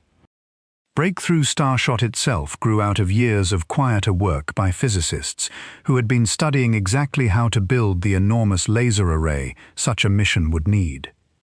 The key insight was to abandon the idea of a single, giant laser, and instead use a vast field of small, modest lasers, all working together, their beams locked precisely in phase so that they combine into one coherent, immensely powerful beam. This is a technique that has been advancing rapidly in other fields, and it is what makes the 100-gigawatt figure imaginable at all. The array would not be one impossible machine, but thousands of merely difficult ones, coordinated with extraordinary precision. It is the same principle that lets many small antennas act as one enormous telescope, turned now to the task of pushing rather than listening. The timing of the project owed something to a discovery that arrived almost as if on cue.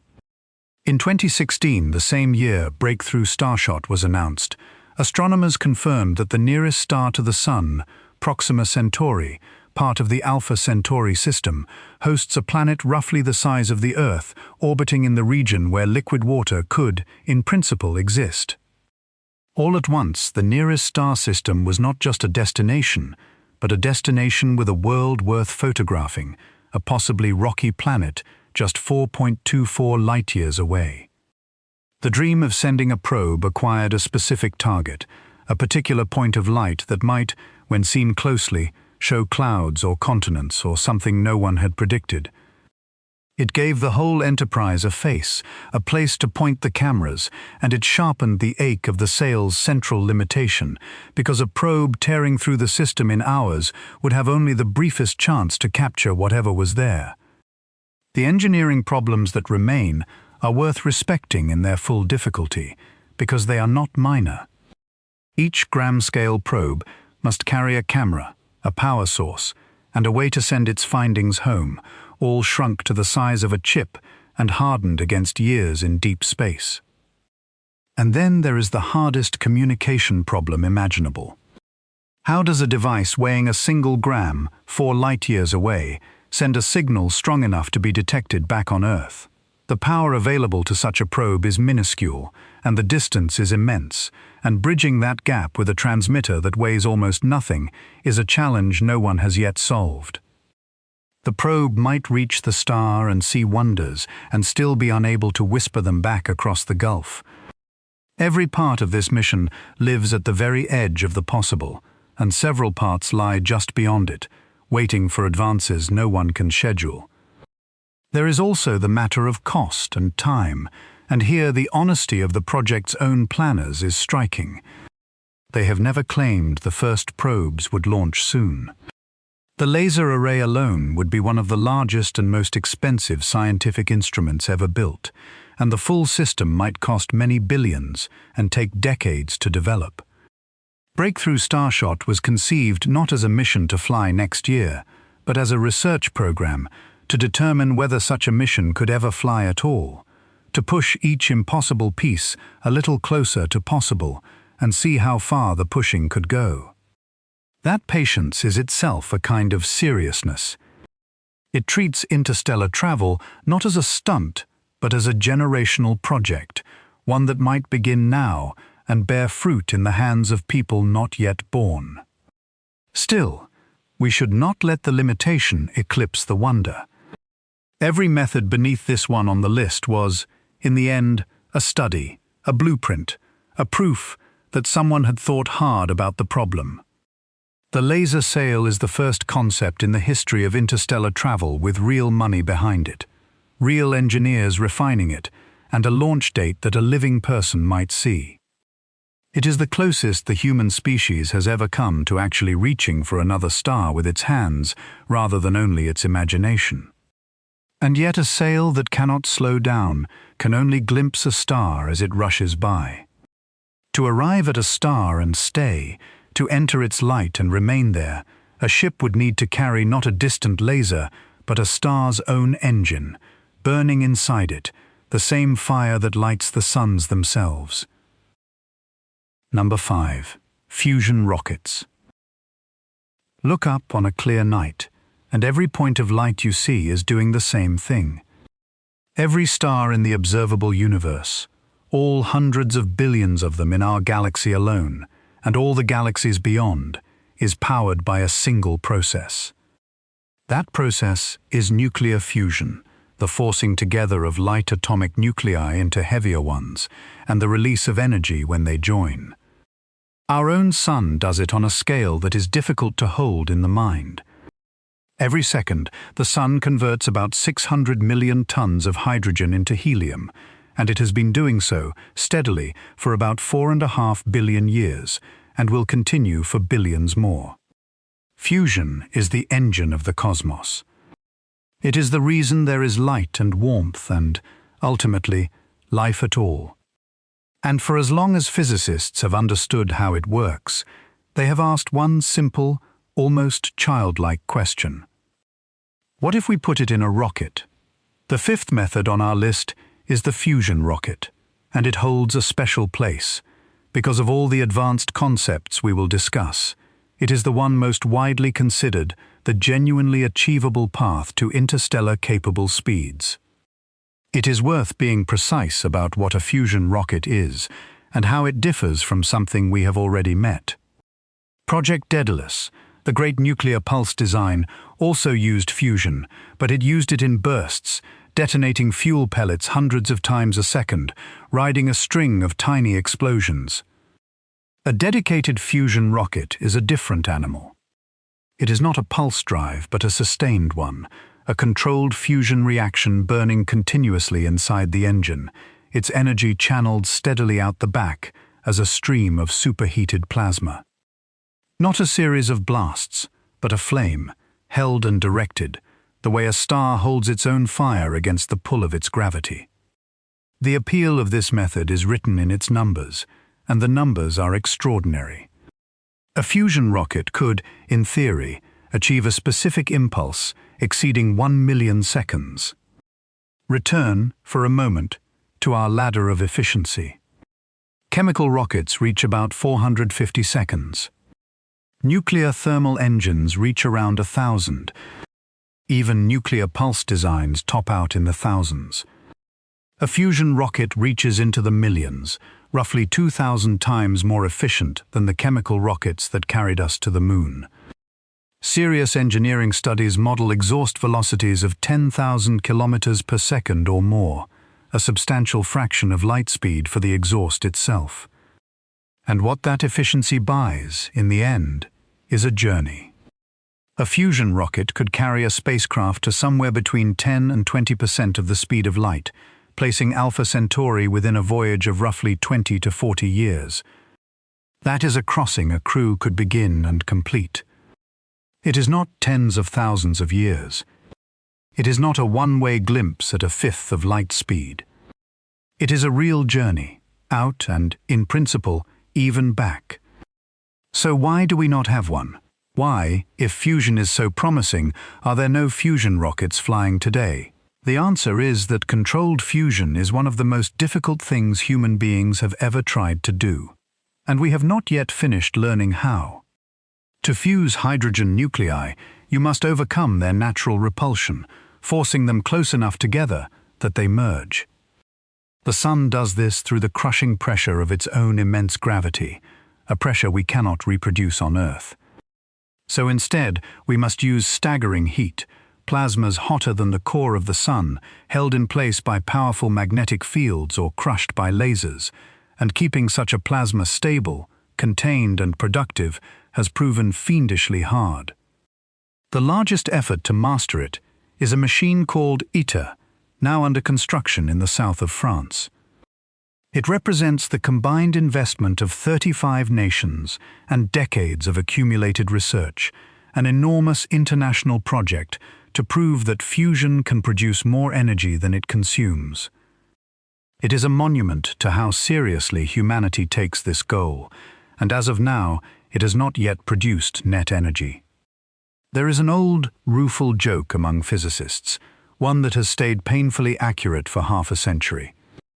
Commercial fusion power, they say, is always about 10 to 30 years away, and it has been 10 to 30 years away since the 1970s.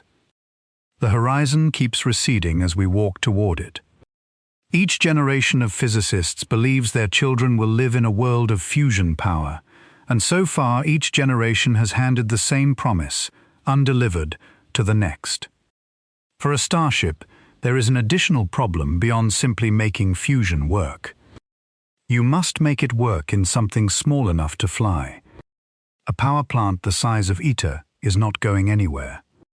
A fusion engine must fit inside a spacecraft, which means compact reactor designs, and those are being explored. The Princeton Plasma Physics Laboratory has worked on an experiment called the PFRC, exploring compact fusion reactor geometries, potentially small enough to fit aboard a vessel. But the honest truth remains simple and stark. No fusion engine has ever flown. No sustained fusion drive has ever pushed a spacecraft anywhere.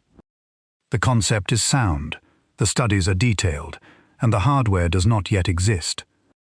And yet there is something about the fusion rocket that sets it apart from the more exotic entries still to come, something that makes it both more hopeful and, in a quiet way, more unsettling. Unlike the ideas above it on this list, the warp drives and the wormholes, fusion requires no new physics. There is no undiscovered particle it depends on, no unproven property of space-time, no substance that has never been seen. Everything about a fusion rocket is understood. Every barrier standing between us and a working fusion drive is an engineering barrier, a question of materials that can withstand the heat, of magnetic fields strong enough to hold the plasma, of funding sustained long enough to finish the work, and of time. There is no wall of ignorance here, only a wall of difficulty. And difficulty, unlike ignorance, is something we know how to overcome, given enough patience. To make fusion happen at all, three things must be achieved together, and the difficulty of achieving all three at once is the whole story of why it has taken so long. The fuel must be made hot enough, hotter than the core of the Sun, so that the nuclei slam together hard enough to fuse. It must be held densely enough, packed tightly, so that collisions happen often. And it must be kept in that state long enough for more energy to come out than was poured in. Heat, density, and time, all at once, all sustained. Reach two of the three and fail the third, and the reaction fizzles. For decades, every machine could manage some of the conditions, but not all of them together, and the goal of holding all three at once, continuously, is the summit that fusion research has been climbing since the middle of the last century. What makes the pursuit worth every difficult year is the sheer abundance of the fuel. The heavier form of hydrogen that fusion favors can be extracted from ordinary seawater, and the oceans hold enough of it to power human civilization for millions of years. Unlike the scarce and dangerous fuels of other methods, the raw material of fusion is almost limitless and lies all around us. A fusion-powered future, on Earth or in a starship, would run on the most common element in the universe, drawn from water. That is part of why the dream refuses to die, no matter how many decades it recedes. The prize is not just a good engine, it is a nearly inexhaustible one. This is why the fusion rocket is so haunting in its promise. It is close. It is not a fantasy dressed as science. It is a machine we can very nearly see, blocked not by the laws of nature, but by the stubbornness of the task. The universe has been demonstrating that the process works for 13 billion years. It works in every star, in every corner of the sky, ceaselessly, reliably, on a scale that makes our largest reactors look like sparks. We do not have to wonder whether fusion drives are possible. We live inside the proof that they are. Every time the sun rises, it is showing us, in the plainest possible terms, the engine we have not yet learned to build. The light on your face on a clear morning is the exhaust of the very reaction we have spent 70 years trying to bottle. Part of what makes fusion so difficult and so interesting is that there is no single fusion fuel but several, each with its own bargain of ease and cleanliness. The easiest reaction to ignite combines two heavy forms of hydrogen, deuterium and tritium, and it is the fuel most reactors on Earth aim for first. But it has a drawback for a starship. It releases much of its energy as fast neutrons, particles with no electric charge, which cannot be steered by magnetic fields and therefore cannot easily be turned into thrust, and which also damage whatever they strike. A cleaner path combines deuterium with helium-3, releasing far fewer neutrons and more charged particles that a magnetic nozzle could actually direct. This is why the designers of Project Daedalus reached for helium-3, and why they were willing to imagine mining it from the clouds of Jupiter. Cleaner still, and harder still, is a reaction between hydrogen and boron, which produces almost no neutrons at all, but which demands temperatures even higher than the others. Every choice of fuel is a trade between how easily it burns and how usefully it burns, and a real fusion rocket would have to pick its poison with care. The distinction between the two great approaches to fusion also matters for a starship. One approach, magnetic confinement, holds a hot plasma in place with powerful magnetic fields and tries to keep it burning steadily, the way a reactor like ITER attempts. The other, inertial confinement, crushes a tiny pellet of fuel so sharply and so hard that it fuses in a single burst before it can fly apart. The method used in the Giant Laser Facility, where in 2022, scientists achieved a landmark result, releasing more energy from the fuel than the lasers delivered to it, the first time a fusion reaction on Earth had crossed that threshold. That milestone was a physics achievement rather than a practical power source, but it mattered, because for the first time, the reaction gave back more than it was handed.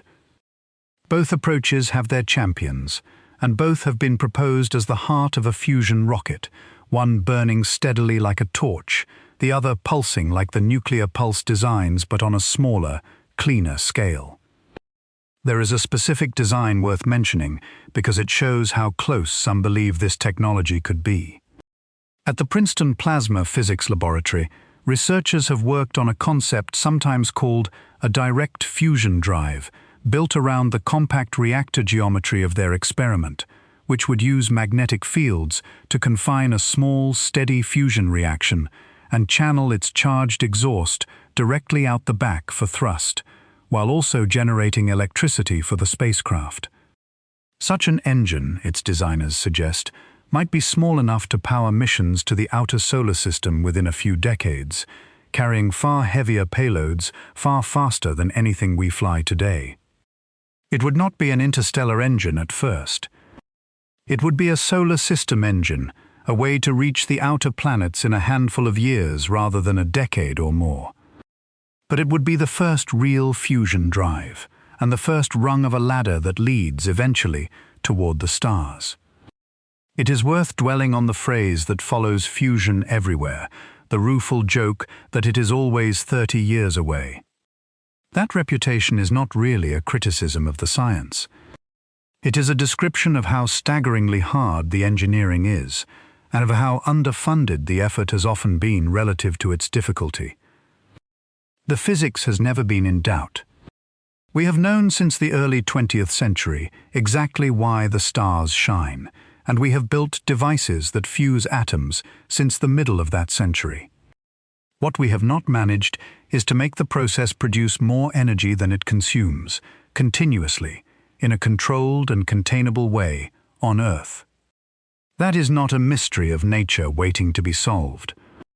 It is a mountain of practical problems, each one an engineering puzzle of materials and magnets and heat, and mountains, unlike mysteries, can be climbed given enough time and will. A fusion rocket also enjoys one genuine advantage over a fusion power plant on Earth, and it is easy to overlook. A power plant must not only make fusion happen, but also capture the released energy, convert it into electricity, and deliver it to a grid, a chain of steps, each with its own losses and difficulties. A rocket does not need to make electricity at all. It only needs to take the hot, fast-moving products of the reaction and throw them out the back, and a shaped magnetic field, a magnetic nozzle, can do exactly that, turning the reaction's fury directly into thrust. In that one respect, a fusion engine may actually be a simpler target than a fusion power station, because it can skip the hardest part of the power plant's job. This is part of why some researchers believe a working fusion drive for spacecraft might arrive alongside, or even ahead of, commercial fusion electricity on the ground.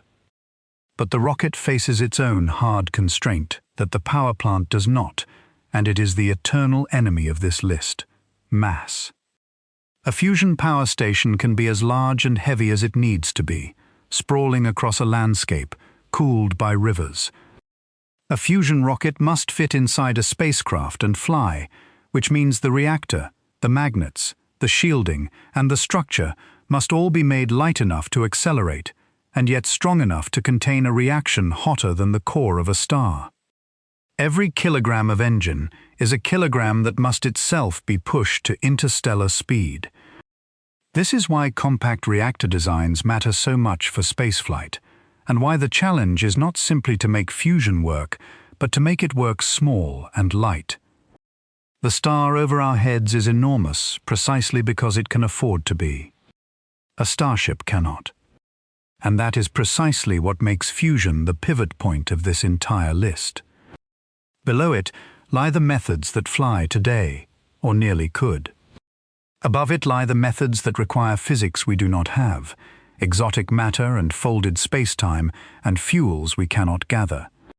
Fusion sits at the boundary, the last method on the list that asks nothing new of the universe and everything of us. It is the furthest we can currently see by the light of known physics, the horizon beyond which every remaining idea must reach for something we have never held. If we ever build a true fusion drive, it will be the moment interstellar travel stops being a dream and becomes a schedule, however long that schedule turns out to be. There is a strange humility in standing beneath a working fusion reactor every single day and being unable to carry one. The fire that lights the world, the fire that made the atoms in your body inside some ancient star, is the fire we cannot yet hold in our hands and point at another sun. But of everything on the upper half of this list, fusion is the one that feels less like a dream and more like a deadline, a thing we will almost certainly build eventually, if we last long enough to finish. It is the most powerful engine we can realistically imagine constructing. And still, for all its power, it is not the most powerful engine the universe allows. There is one reaction more potent than fusion, one fuel that releases not a fraction of matter's energy but all of it, every last part, and it was discovered by accident, in a curl of light, in a laboratory, by a young man watching a particle bend the wrong way. Number 4. Antimatter propulsion. In 1932, a 27-year-old physicist named Carl Anderson was working at the California Institute of Technology, studying the tracks left by cosmic ray particles as they passed through a device called a cloud chamber. A cloud chamber makes the paths of charged particles visible as thin trails, and by placing the chamber in a magnetic field, a physicist can read the particle's properties from the way its trail curves. One day, Anderson noticed a track that was deeply, impossibly wrong. The particle that made it had the mass of an electron, but it curved the wrong way through his magnetic field, as though it carried the opposite electric charge. An electron with a positive charge should not exist. And yet there it was, written in vapor. Anderson had stumbled onto something that theory had only just begun to whisper about.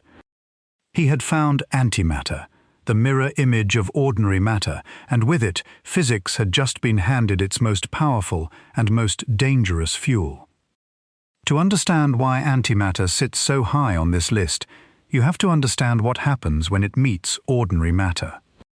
Every reaction we have discussed so far, from burning hydrogen to splitting uranium, to fusing atoms in the heart of a star, converts only a tiny sliver of the fuel's mass into energy. Even fusion, the engine of the sun, turns less than 1% of its fuel's mass into energy. Antimatter is different in kind, not merely in degree. When a particle of matter meets its antimatter twin, they do not burn or split or merge. They annihilate. Both particles vanish entirely, and 100% of their combined mass is converted directly into energy, following Einstein's famous equation with perfect, total efficiency. Nothing is left behind.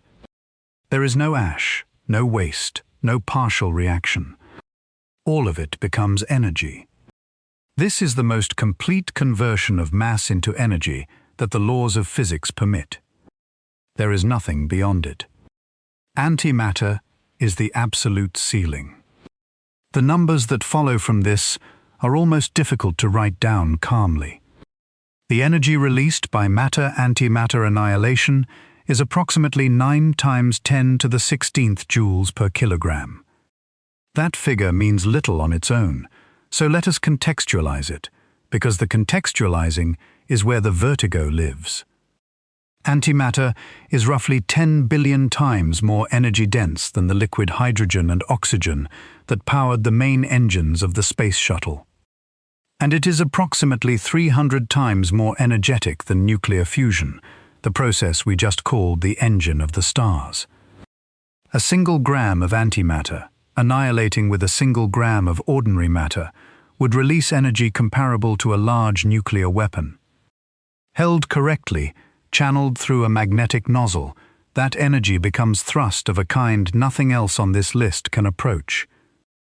A theoretical design called a beam core antimatter rocket would work by annihilating antiprotons with ordinary protons, producing a spray of charged particles moving at nearly the speed of light, and funneling those particles out the back through a magnetic nozzle to produce thrust. Such an engine could, in principle, drive a spacecraft to something approaching 40% of the speed of light. Sit with that number against everything that came before. Chemical rockets gave us less than 1/1000%. Fusion, our great near-future hope, offered 10 or 20%. Antimatter reaches for 40. At 40% of light speed, the crossing to Alpha Centauri shrinks to roughly 10 years. 10 years to the nearest star, aboard an engine burning the most potent fuel the universe will ever allow. This is why antimatter is the second anchor of our countdown. It is the point where the story stops being about slowness and starts being about a different kind of impossibility altogether. Because here is the catch, and it is not a small one. The problem with antimatter is not the engine. The physics of the drive is understood. The problem is the fuel, and specifically, the problem is making any. Antimatter does not sit in deposits waiting to be mined. It must be manufactured, one particle at a time, in the most powerful machines we have ever built. The great laboratory CERN, home to the most powerful particle accelerators in history, has been producing antimatter for decades. And in that entire history, across all those years of running the most advanced machines on Earth, the total quantity of antimatter CERN has produced amounts to a few billionths of a single gram.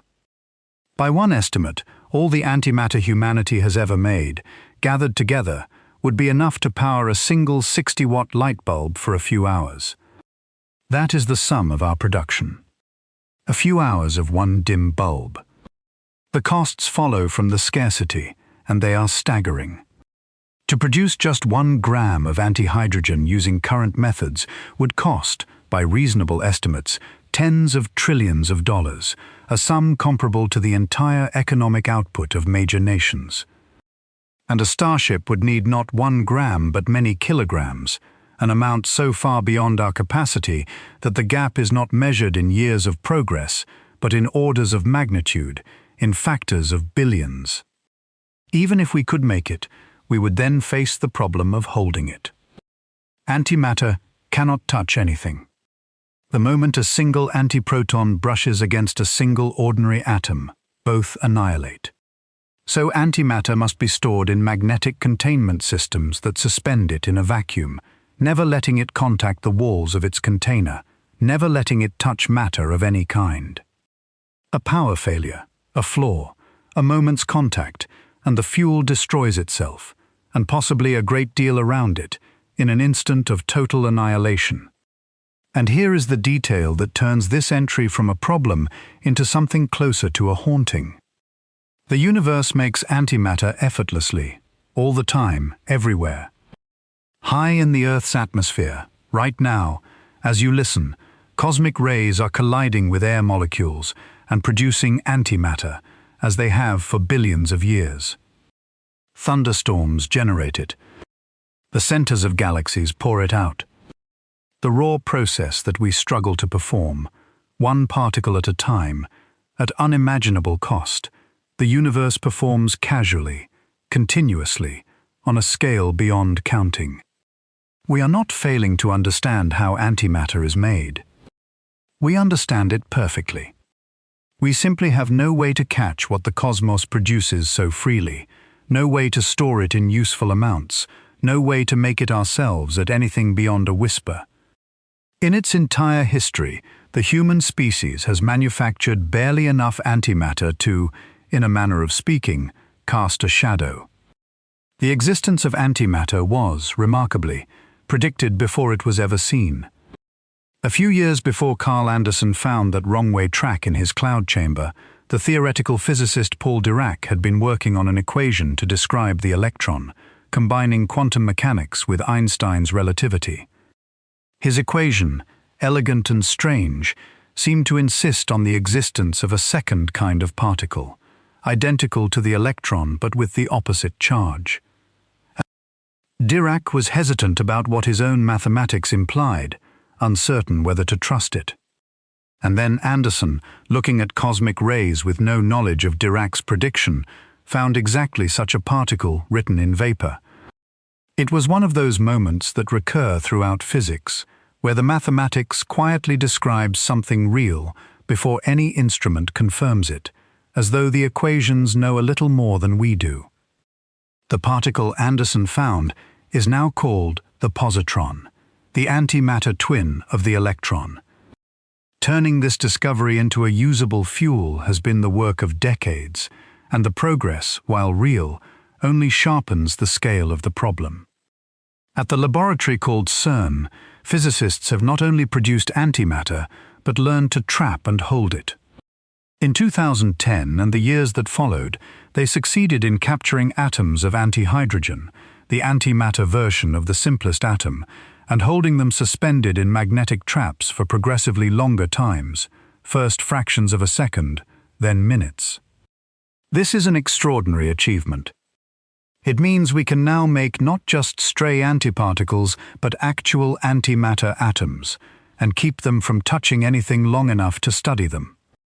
And yet the quantities remain almost unimaginably tiny, atoms at a time, counted individually, in experiments designed to answer questions about the nature of matter rather than to fuel anything.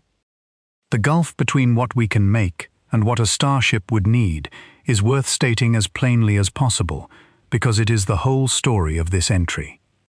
The rate at which humanity produces antimatter across all the laboratories on Earth combined amounts to perhaps a few billionths of a gram per year. A starship's antimatter engine would need kilograms. To produce a single gram at current rates would take far longer than human civilization has existed, and to produce it by building dedicated factories would, by serious estimates, cost more than the entire economic output of the planet for years. This is not a gap that a clever engineer closes with a better design. It is a gap of many billions, a chasm between the scale of our best effort and the scale of the need, and nothing on the horizon suggests a way across it. There are cleverer proposals that try to sidestep the impossible quantities, and they are worth knowing, because they hint at a more modest role antimatter might one day play. Rather than using antimatter as the whole fuel, some designs use a tiny amount of it as a spark, a catalyst, to ignite a much larger reaction of ordinary nuclear fuel. In these concepts, a few micrograms of antimatter, still far more than we can currently make, but far less than a pure antimatter drive would need, could trigger fusion or fission in a way that ordinary methods struggle to achieve. This would not give us the 10-year crossing to Alpha Centauri that a pure antimatter rocket promises. But it might give us a powerful drive for the solar system, using an amount of antimatter that is merely absurd rather than utterly impossible. Even here, though, the production problem remains the wall, and the wall does not move. The storage problem deserves its own moment of respect, because it is as severe as the production problem. Antimatter cannot be kept in any ordinary container, because the container is made of matter, and contact means annihilation. It must be held in a vacuum, suspended by magnetic and electric fields, never allowed to touch a wall, kept isolated from every atom around it for as long as it is stored. A starship would have to carry its fuel in a state of perfect, unbroken levitation for the entire length of its journey, years or decades, with any failure of the containment leading instantly to the release of the most concentrated energy in the universe. It is the most dangerous cargo imaginable, a fuel that destroys itself and its surroundings the moment anything goes wrong, held apart from destruction only by fields that must never, for an instant, fail. There is a particular kind of vertigo in this entry, and it is worth naming clearly, because it is different from the vertigo of the others. The methods below antimatter fail because they are too slow, or because the engineering is too hard, or because the fuel is too thin. Antimatter does not fail for any of those reasons. The engine would work. The fuel is the most perfect propellant the laws of physics will ever offer, the very ceiling of what energy can do. We have held it in our hands, a few atoms at a time, in magnetic traps, in laboratories, and watched it behave exactly as the theory promised. The failure is not one of understanding. It is one of quantity, of scale, of a gap so vast between what we can make and what we would need that it may as well be a wall.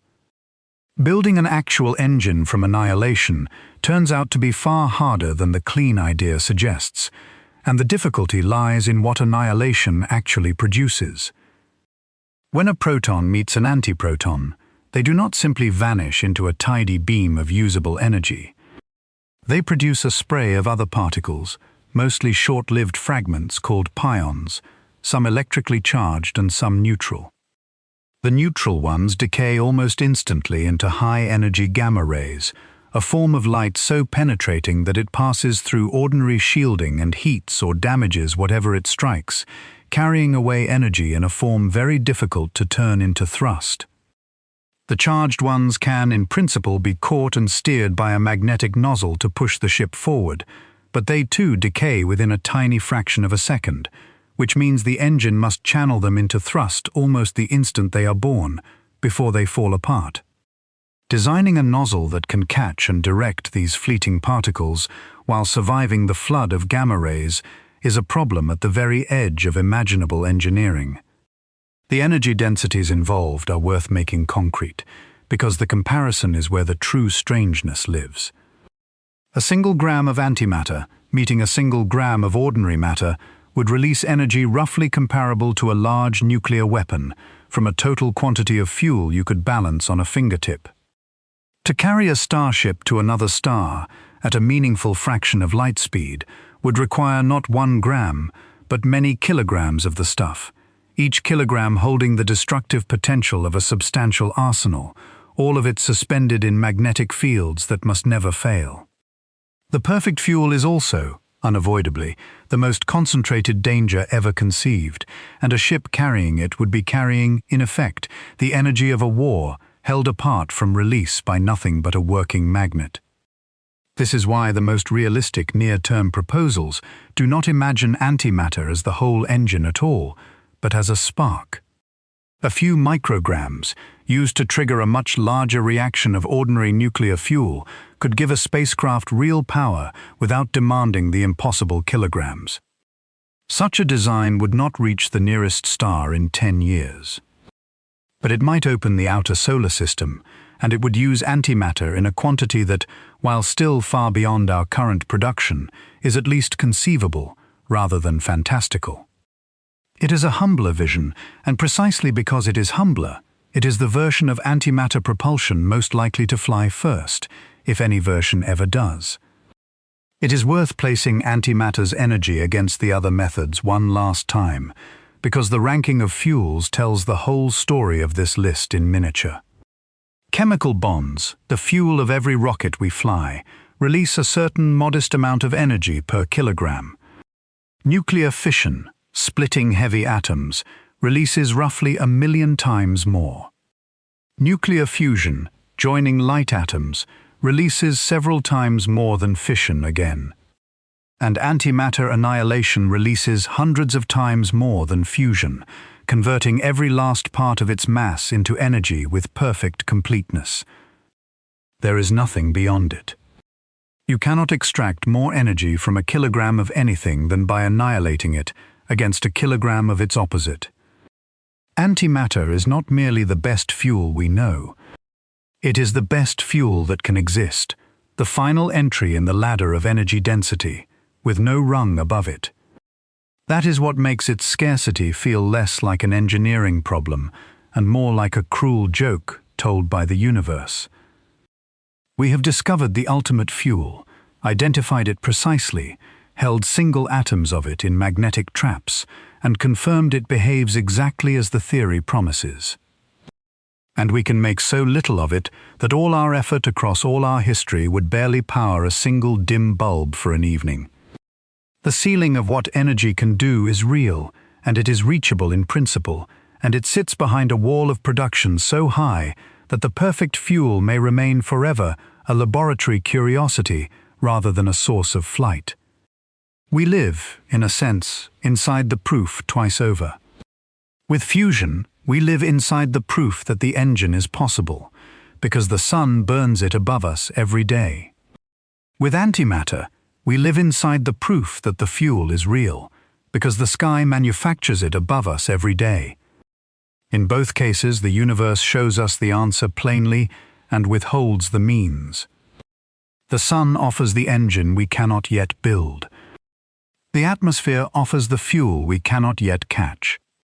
And that leaves us in a strange position, standing at the absolute ceiling of what propulsion can offer, able to see it clearly and unable to climb the last impossible distance to reach it.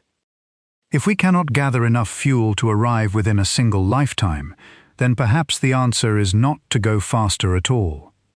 Perhaps the answer is to stop fighting time and simply learn to outlast it. Number 3. Generation ships. Every method we have discussed so far tries to solve the same problem in the same way. It tries to go faster. Faster fuel, faster reactions, faster exhaust, all in service of shrinking the terrible span of time between here and another star. The third method on our list does something entirely different, and in its difference lies a strange and quiet kind of courage. It does not try to go faster. It accepts the slowness. It looks at the tens of thousands of years, or the centuries, and instead of fighting them, it makes peace with them. It is the one method on this entire list that requires no new physics, no unproven technology, no exotic matter, and no engineering breakthrough of any kind. It requires only that we build something large enough, and that we accept a truth most of us would rather not. The idea is called the generation ship, and its logic is simple to state and difficult to feel. You build a vessel large enough to sustain an entire small civilization. Not a crew, but a community. You give it everything a closed world needs: air and water recycled endlessly, food grown aboard, room to live and work and raise children. You point it at a distant sun, and you launch it, knowing something with clear and unsentimental honesty. The people who arrive at the destination will not be the people who left. They cannot be. The journey is too long. The travelers who step aboard at Earth will live their entire lives in transit, and they will die in transit, and so will their children, and perhaps their children's children. The people who finally arrive at another star will be the distant descendants of the founders, born in the dark between the stars, who have never seen the Earth that sent them, who know their origin world only from records and stories, a blue point of light they will never touch. The physics of this could not be more different from the exotic entries above it, because there is nothing exotic about it at all. Consider the arithmetic of patience. At 1% of the speed of light, a velocity that is genuinely achievable in principle with advanced nuclear or fusion propulsion, the kind we have already discussed, Alpha Centauri is approximately 420 years away. 420 years. To put that in human terms, that is roughly the span of time since the Mayflower crossed the Atlantic, carrying settlers to a continent they had never seen. It is a long time, longer than most nations have existed in their current form, but it is a human time, a span we can at least comprehend, measured in generations rather than ice ages. And if the ship can only manage 0.1% of light speed, the journey stretches to about 4,000 years, closer to the whole span of recorded human history, from the first written words to now. There are hard questions embedded in such a voyage, and they are not questions of rocketry. They are questions of biology and of society. How many people do you need to start with? A community sealed away for centuries cannot afford to lose its genetic health, cannot afford the dangers of too small a founding population. Biologists who have studied the problem estimate that a minimum viable breeding population, enough to maintain long-term genetic diversity across many generations, would need to number in the thousands. Some analyses suggest 10,000 individuals or more. So a generation ship is not a small craft. It is a floating town, or a small city, sealed against the void, carrying enough people to remain healthy across the long dark, all of them bound to a purpose set in motion before any of them were born. There is an alternative within this same category, one that tries to spare the travelers the full weight of those centuries. It is the idea of suspended animation, of sleep. If the crew could be placed into a deep hibernation, their bodies slowed nearly to stillness, then perhaps a smaller group could cross the centuries and wake at the far end, the same people who left. This is not pure fantasy. Between 2013 and 2016, NASA funded a series of studies through a company called SpaceWorks, examining whether human torpor, the deliberate suppression of the body's metabolism to roughly 10% of its normal function, could be safely maintained for extended periods. The results were cautiously encouraging at the short end and humbling at the long end. Keeping a person in such a state for around 2 weeks appeared feasible with near-term technology.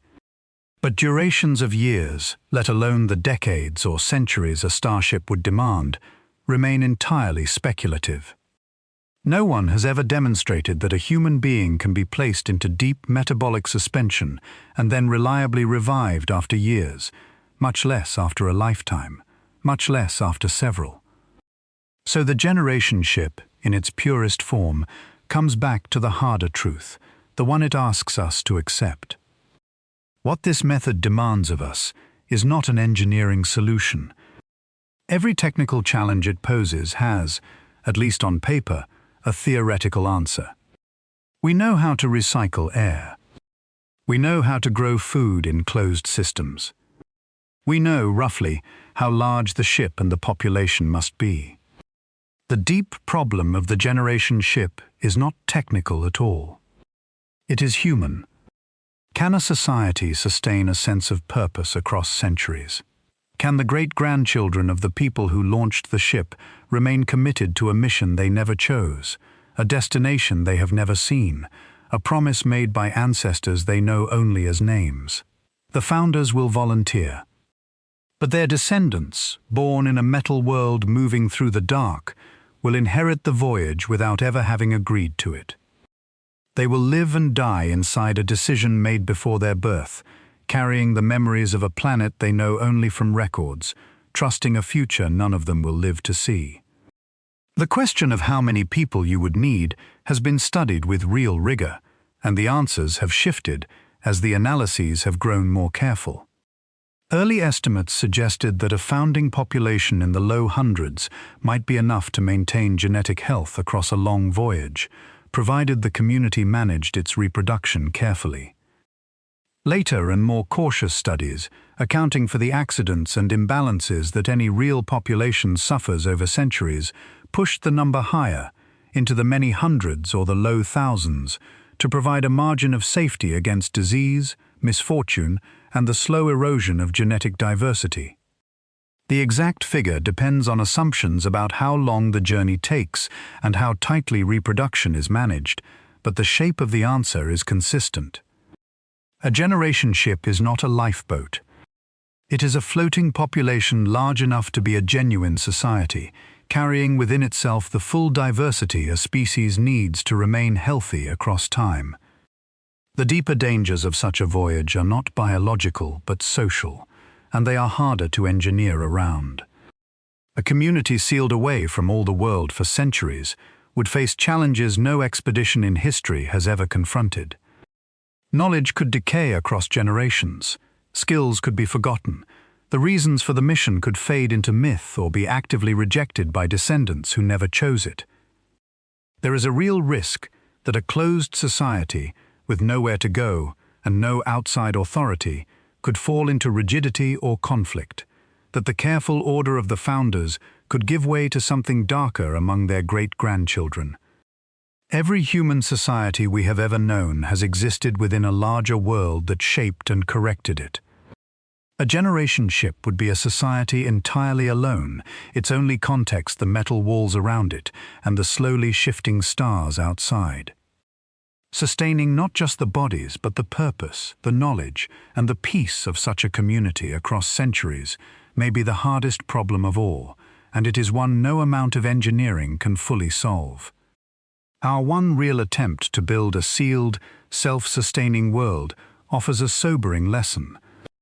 In the early 1990s, a group of people sealed themselves inside a large enclosed habitat, a miniature Earth with its own farmland, forest, and even a small sea, intending to live entirely off what they could grow and recycle within.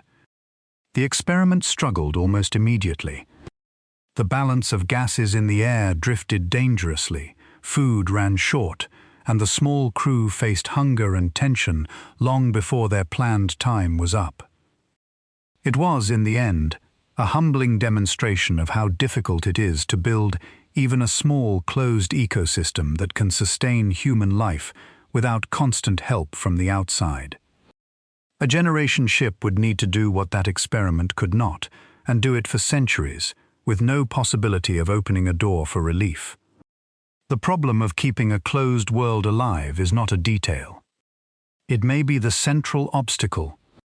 There is a fascinating twist that hangs over the whole idea, sometimes called the waiting problem, and it applies to nearly every method on this list. Suppose we launched a generation ship today, aimed at a distant star, crawling along at 1% of the speed of light, on a journey of 400 years. And suppose that 2 centuries later, with the ship only halfway there, someone back on Earth finally perfected a far faster drive, a fusion rocket or something better, capable of reaching the same star in 50 years.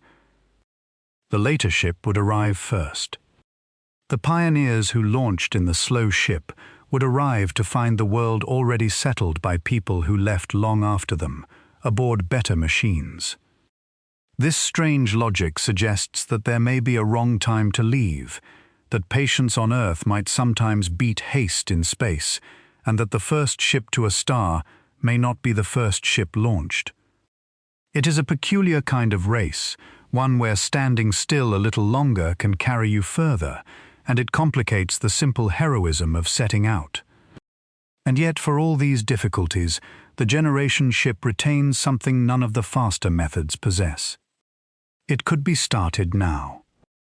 It requires no discovery, no breakthrough, no substance we have never seen. Everything it needs, we understand in principle today. The materials, the propulsion to reach 1% of light speed, the recycling systems, the biology, all of it lies within the reach of known science, difficult but not impossible. What it asks for is not invention but commitment, the willingness to begin something no living person will see completed, and to build it well enough that people not yet born will trust their lives to it. That is a different kind of hard than fusion or antimatter. It is not hard for physics. It is hard for us. There is a way to understand this act, and it is not new to us. We have done something like it before, on Earth, in stone. In the great age of cathedral building, communities began raising structures so vast and so intricate that they took 200, sometimes 300 years to complete. The people who laid the foundations knew, with certainty, that they would never see the finished building. Their children would not see it finished. Only their distant descendants would stand beneath the completed spires. And yet they built, carefully, generation after generation, trusting that those not yet born would carry the work forward and finish what the founders began. A generation ship is exactly the same act of faith. It is a cathedral aimed at a star instead of at the sky, a work begun by people who will never see its end, in trust to strangers who do not yet exist. It is the highest emotional weight on this entire list, not because of any number, but because of what it asks of the human heart. The physical design of such a ship raises its own quiet questions, beginning with gravity. A community living for centuries in weightlessness would suffer, because the human body, freed from gravity, loses bone and muscle and slowly weakens. So a generation ship would almost certainly need to spin, rotating steadily so that its inhabitants are pressed outward against its inner walls, creating a felt gravity through motion alone. The floor of such a world would curve upward in the distance, the horizon rising rather than falling away, and a person looking up would see not sky, but the far side of their own turning world, fields and dwellings hanging overhead. Children born aboard would grow up in a landscape that bends back on itself, knowing gravity not as a pull from below, but as the steady push of a spinning world, and knowing the stars only through windows, as slow-wheeling points of light beyond the glass. There is a stranger alternative still, one that tries to avoid the problem of keeping a living community intact across the centuries. Instead of sending grown people, or even their descendants, a ship might carry the seeds of a population, stored and dormant, to be raised at journey's end. A vessel of this kind would cross the dark carrying not a society, but its potential, tended by machines, waking into human life only when it arrived. It is a colder vision, and it raises deep questions about who would raise those first arrivals, and what kind of people they would become with no living generation to teach them. But it sidesteps the terrible span of centuries by simply not asking anyone to live through them consciously, and for that reason it recurs whenever people think seriously about crossing such distances with human life aboard. What all these designs share is that the difficulty has moved. In every earlier method, the hardest problems were problems of physics and machinery, of fuel and fields, and the stubbornness of the rocket equation. Here, the machinery is almost the easy part. The hard problems are the ones that have no equations, the questions of how a small human world holds together across time, how purpose survives, how knowledge is kept, how a people who never chose the voyage make peace with the walls around them. It is the first method on our list, where the obstacle is not the universe but ourselves, and that may be why it is the most quietly demanding of them all. And that is why the generation ship, for all its lack of exotic physics, may be the most profound entry we have met. It does not require us to discover anything. It requires us to become something. It asks whether we are the kind of species that can begin a journey we will never complete, pour our lives into a purpose whose fulfillment belongs to people we will never meet, and find that meaning enough. It is slow, and it is heavy, and it is entirely possible, today, with the tools we already understand. What it lacks is not technology but resolve. There is one more quiet truth about the generation ship that sets it apart from every faster method, and it is strangely comforting. Of all the ideas on this list, it is the only one we could begin building with the knowledge we already have, if only we decided the goal was worth the centuries. We do not need to invent anything. We need to become patient enough, and unified enough, and willing enough to start a work whose ending belongs to strangers. In that sense, the generation ship is less a question for physicists than a question for civilizations, a test not of what we can build, but of what we can commit to. Every other method waits on a discovery. This one waits only on a decision. And perhaps that is the most human entry of them all. The generation ship asks whether we can love a future we will not live to see, whether we can pour ourselves into a purpose whose reward belongs entirely to others, and find that enough. Cathedral builders answered yes, in stone, across the centuries. Whether we could answer yes in metal, across the dark between the stars, is a question about our character rather than our cleverness. And it is a gentler question to rest with than the exotic impossibilities still ahead, because its answer lies not in the laws of the universe but entirely within us, waiting only to be given. And still, for all its patience, the generation ship never actually shrinks the distance. The gap to the stars stays exactly as wide as it always was. The ship simply endures it, crossing it inch by inch across the centuries. The next idea on our list refuses to accept that width at all. It does not try to cross the distance faster or to outlast it. It proposes instead to move space itself. Number 2. The Alcubierre warp drive. In 1994, a Mexican theoretical physicist named Miguel Alcubierre was sitting with a problem that most of his colleagues considered beneath serious consideration. He wanted to know something that sounds at first like a question from a fan rather than a physicist. He wanted to know whether the warp drive, the faster-than-light travel from his favorite science fiction franchise, was mathematically permissible under the real laws of physics. Not whether we could build one, but whether the universe, as described by our best theory of gravity, forbade the idea outright. So he did what a theoretical physicist does. He took the equations of Einstein's general theory of relativity and he asked them the question directly. And what he found was that the universe appeared to contain a loophole. To understand the loophole, we have to understand the rule it slips around. The rule everyone knows is that nothing can travel faster than light. This is one of the deepest principles in physics, and it is correct. But it comes with a subtle and crucial qualification.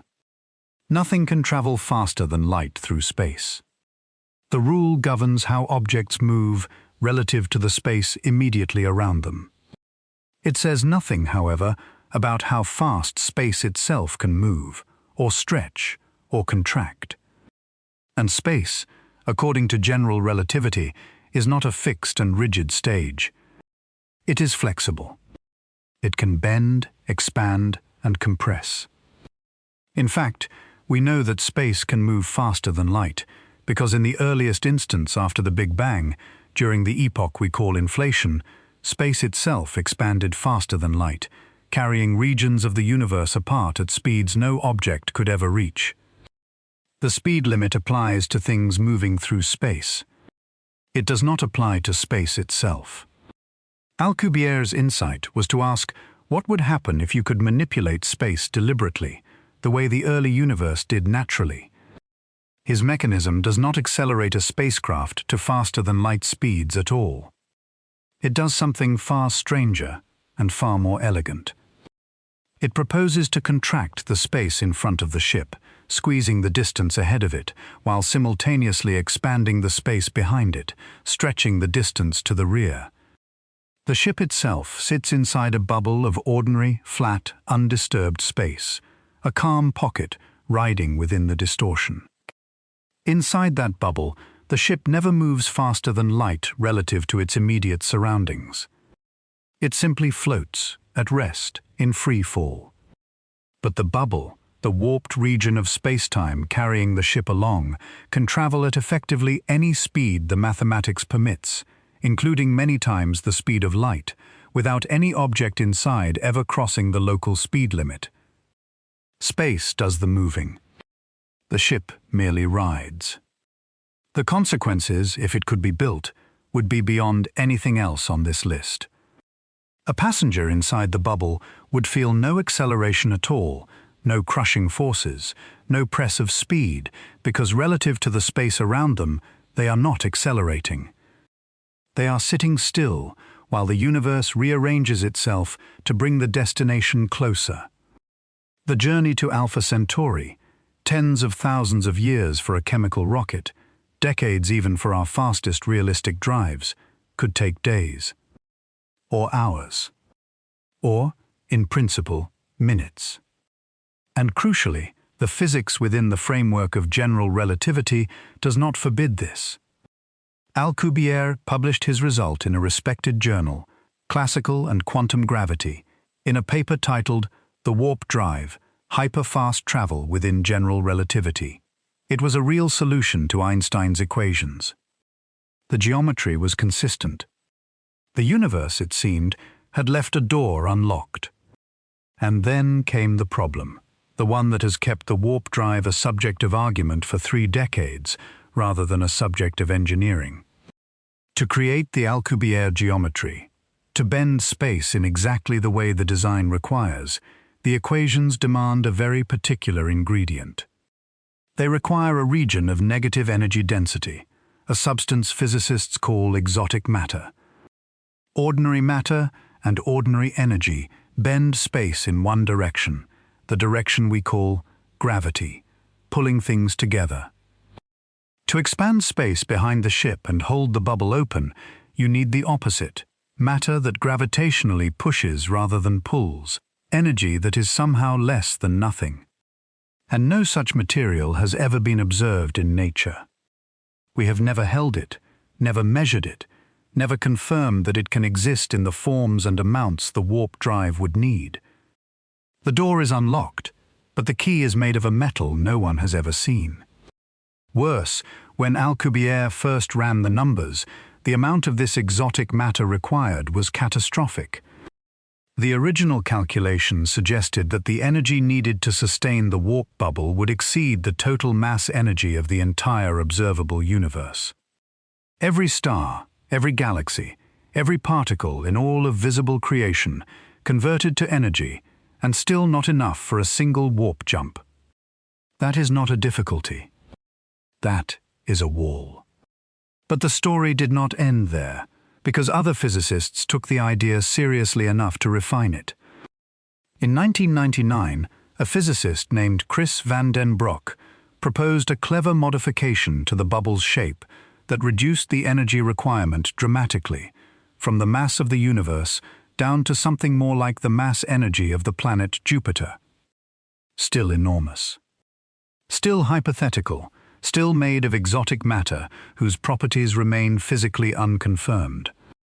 But the trajectory of the refinements was itself striking. In just a few years, the requirement had fallen by an almost unimaginable factor.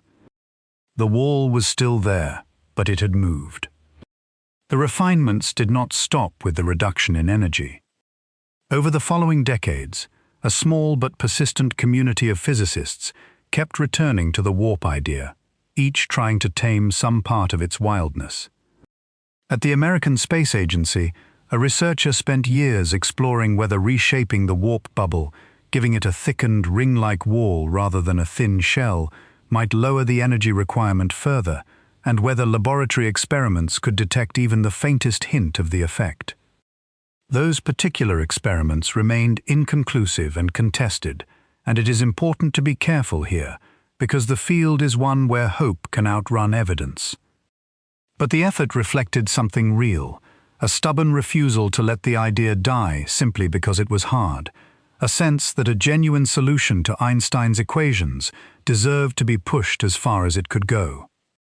A more systematic turn came in the early 2020s, when physicists began to organize the whole family of warp drive solutions, asking which kinds might be built from ordinary matter and which truly required the exotic. What they found was encouraging in a limited way.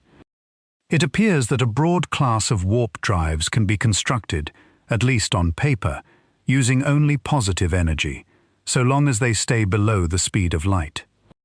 The exotic matter requirement, it turns out, is tied specifically to the faster-than-light versions. If you are willing to give up on beating light itself, and settle for a drive that moves you through space with no felt acceleration at ordinary speeds, the equations become far more forgiving. This is the thread that led to the positive energy subliminal designs, and it reframed the warp drive from a single impossible object into a spectrum of possibilities, some wildly out of reach, others merely very difficult. It is worth being clear-eyed about the problems that would remain, even if exotic matter were somehow found. A faster-than-light warp bubble raises troubling questions that reach beyond engineering into the logic of cause and effect itself. In Einstein's universe, faster-than-light travel and time travel are deeply intertwined, and a working warp drive of the faster-than-light kind could, in principle, be arranged to send effects before their causes, a possibility that physics regards with the deepest suspicion. There are also subtler dangers, such as the question of how the ship could ever control the front of its own bubble, since a signal from the ship could not outrun the bubble to steer it, and the possibility that the intense distortions of space-time might build up energies that would be released catastrophically at journey's end. None of these problems has a clean answer. Each is a reason the warp drive remains a subject of careful argument rather than a project on a drawing board. But even acknowledging all of this, the warp drive occupies a genuinely different place on our list from everything below it, and the difference is philosophical as much as technical. Every method beneath the warp drive accepts the structure of space-time as fixed, and tries to move a ship across it. The warp drive is the first idea to treat space-time itself as the thing to be engineered, to say that perhaps the arena is not a fixed stage, but a material that can be shaped. That is a profound shift in ambition. It stops asking how fast a ship can move and starts asking whether the distance itself can be rearranged. And the fact that a respected solution to general relativity permits such a thing, even at the terrible price of exotic matter, is one of the more remarkable facts in modern physics, a hint that the universe may be stranger and more flexible than our everyday sense of distance allows. It helps to picture what the warp bubble would actually do to the space around it, because the image is genuinely beautiful once it comes clear. Ahead of the ship, space is being compressed, the distance to the destination physically shrinking, as though the road were being reeled in from in front. Behind the ship, space is being created and stretched, the distance to the origin growing, as though new road were being laid down at the rear. The ship itself sits in a still, flat pocket between the two, never accelerating, never feeling a thing, carried forward by the wave of distortion, the way a surfer is carried by a wave without swimming. The traveler is not moving through space at all, in the ordinary sense. Space is doing the moving, folding toward the ship in front and unfolding behind it, while the ship rests quietly at the center of the disturbance. The energy conditions that such a drive violates are worth understanding in plain terms, because they are not arbitrary rules, but deep expectations about how matter behaves. In ordinary experience, energy is always positive, and gravity always attracts. The energy conditions are the formal way physics states this expectation, that you cannot have regions of negative energy density, that gravity cannot push. The warp drive, in its faster-than-light form, requires overturning these expectations, demanding matter that gravitationally repels and energy that is somehow less than nothing. This is why physicists have been so cautious about it. It is not that the geometry is wrong, for the geometry is a valid solution to Einstein's equations. It is that the geometry demands a kind of matter that seems to contradict the most basic things we believe about how the universe is built. To make a warp drive, you would have to find that the universe permits something it has always appeared to forbid. The subliminal positive energy result deserves one more word, because it is the closest thing to good news on this upper stretch of the list.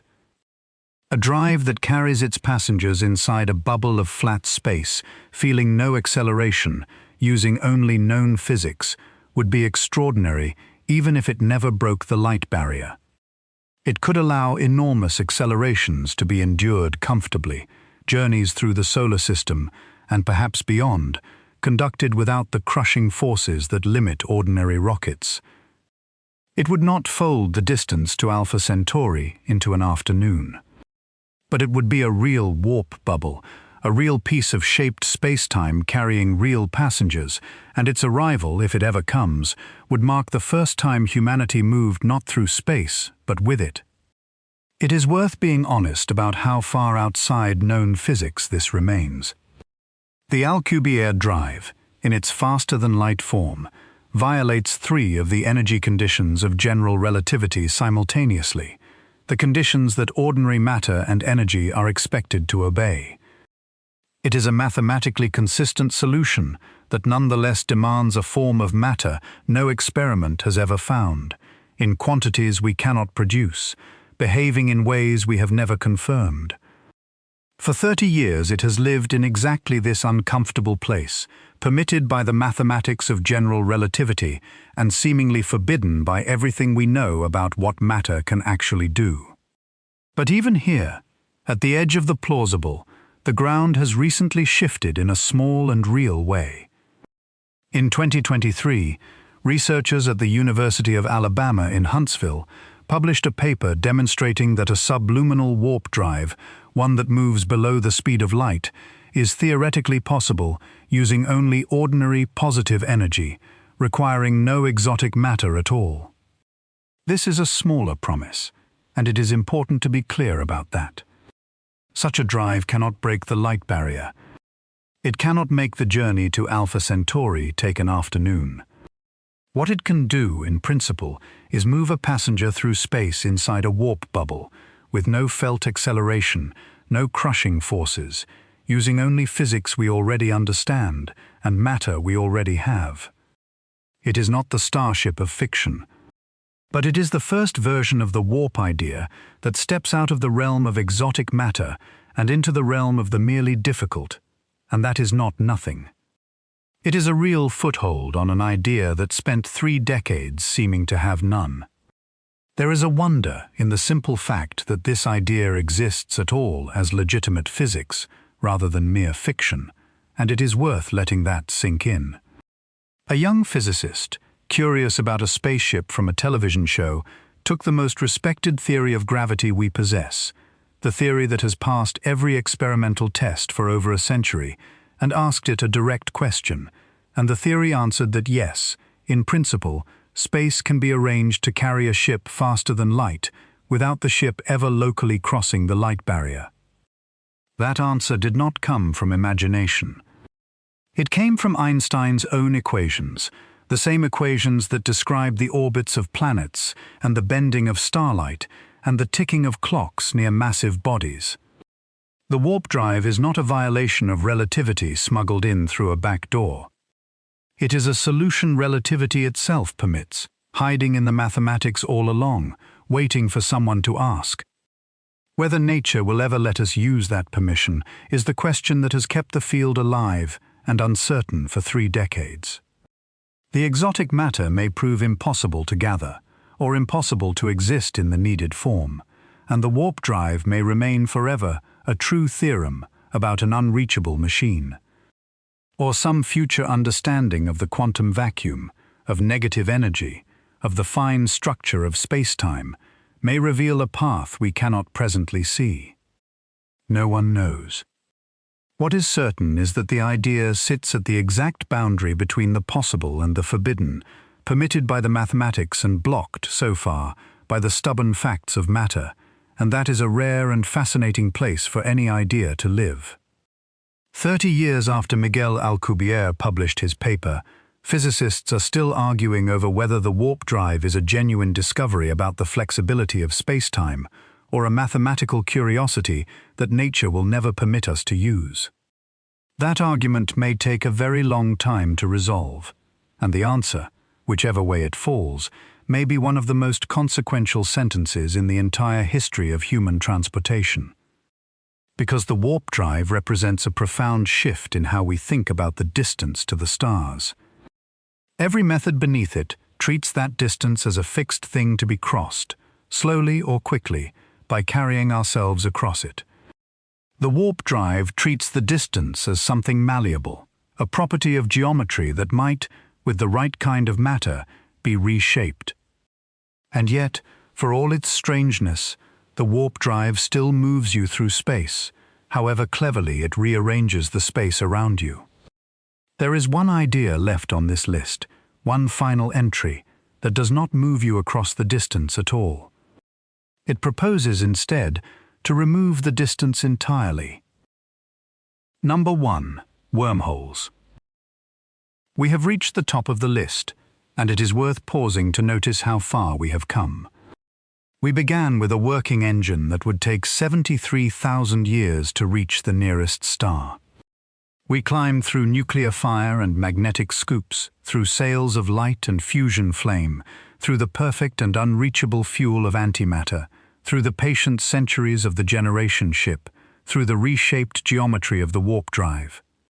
Every one of those methods, however different, shared a single assumption. Every one of them accepted that there is a distance between us and the stars, and set out to cross it, whether by enduring it, cheating it, or bending it. The final method on our list does not accept the distance at all. It does not try to cross it. It proposes to abolish it. The idea is the wormhole, and to understand it, we have to let go of the picture of travel we have carried through this entire list. A wormhole is not a faster ship or a better engine. It is a tunnel through the fabric of space-time itself, a shortcut that connects two distant points directly, so that they become, in a sense, adjacent. Imagine that the space between here and Alpha Centauri is not a line you must walk along, but a sheet you could fold, bringing the 2 points together until they touch, and then piercing straight through the fold.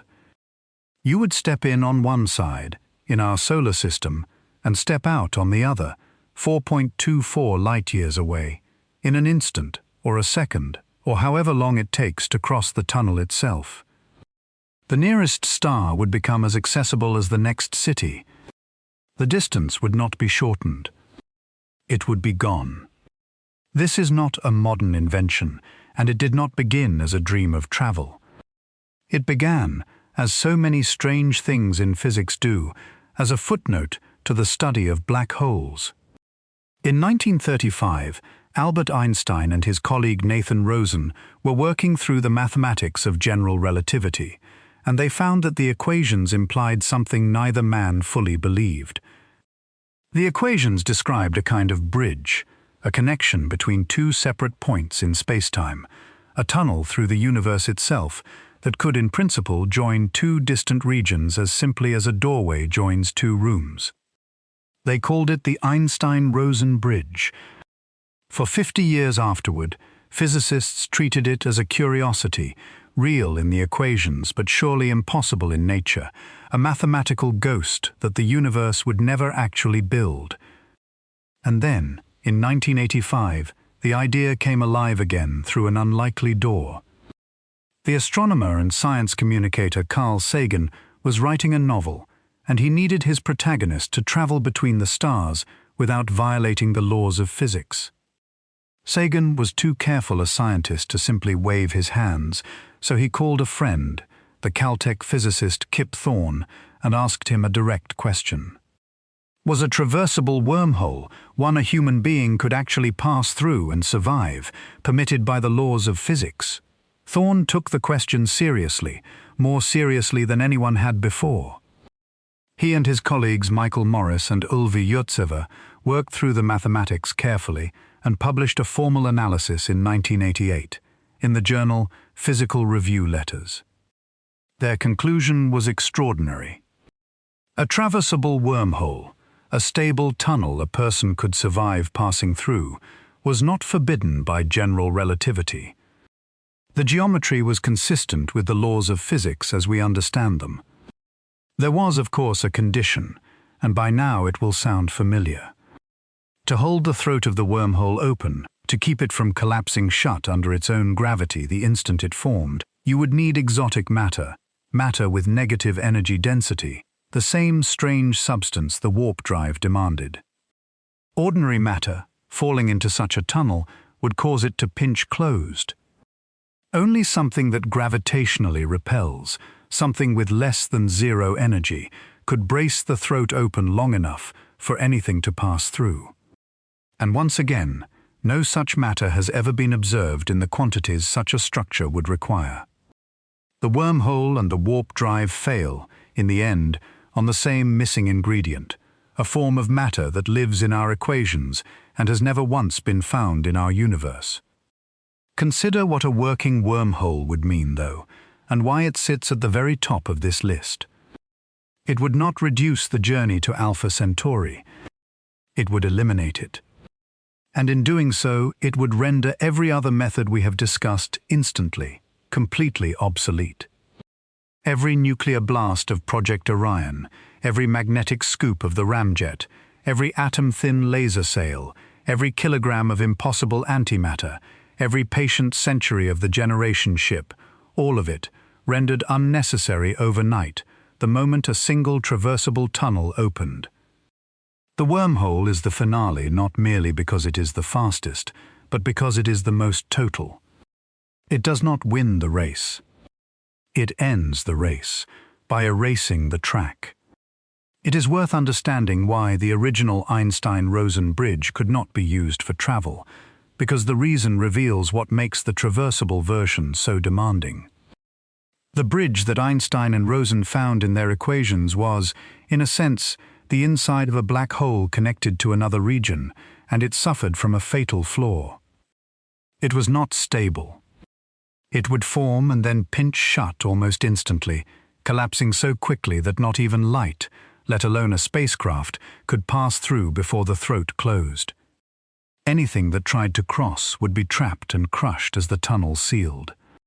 For 50 years, this was the whole story of the wormhole, a bridge that existed in the mathematics but slammed shut the moment it appeared, a door that could never be held open long enough to walk through. What Kip Thorne and his colleagues did in the 1980s was to ask the question in reverse.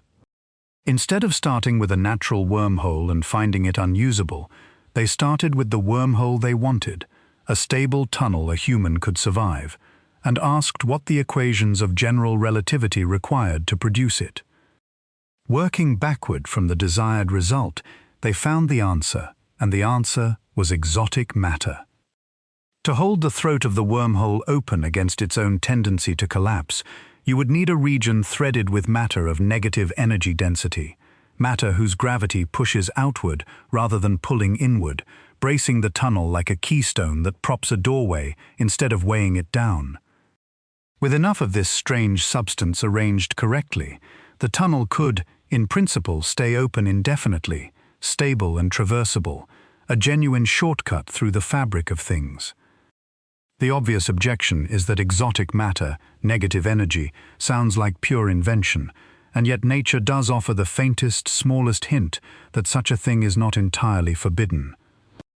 In certain carefully arranged laboratory situations, physicists can create regions where the energy of empty space dips very slightly below zero, a whisper of negative energy produced by the quantum behavior of the vacuum between closely spaced surfaces.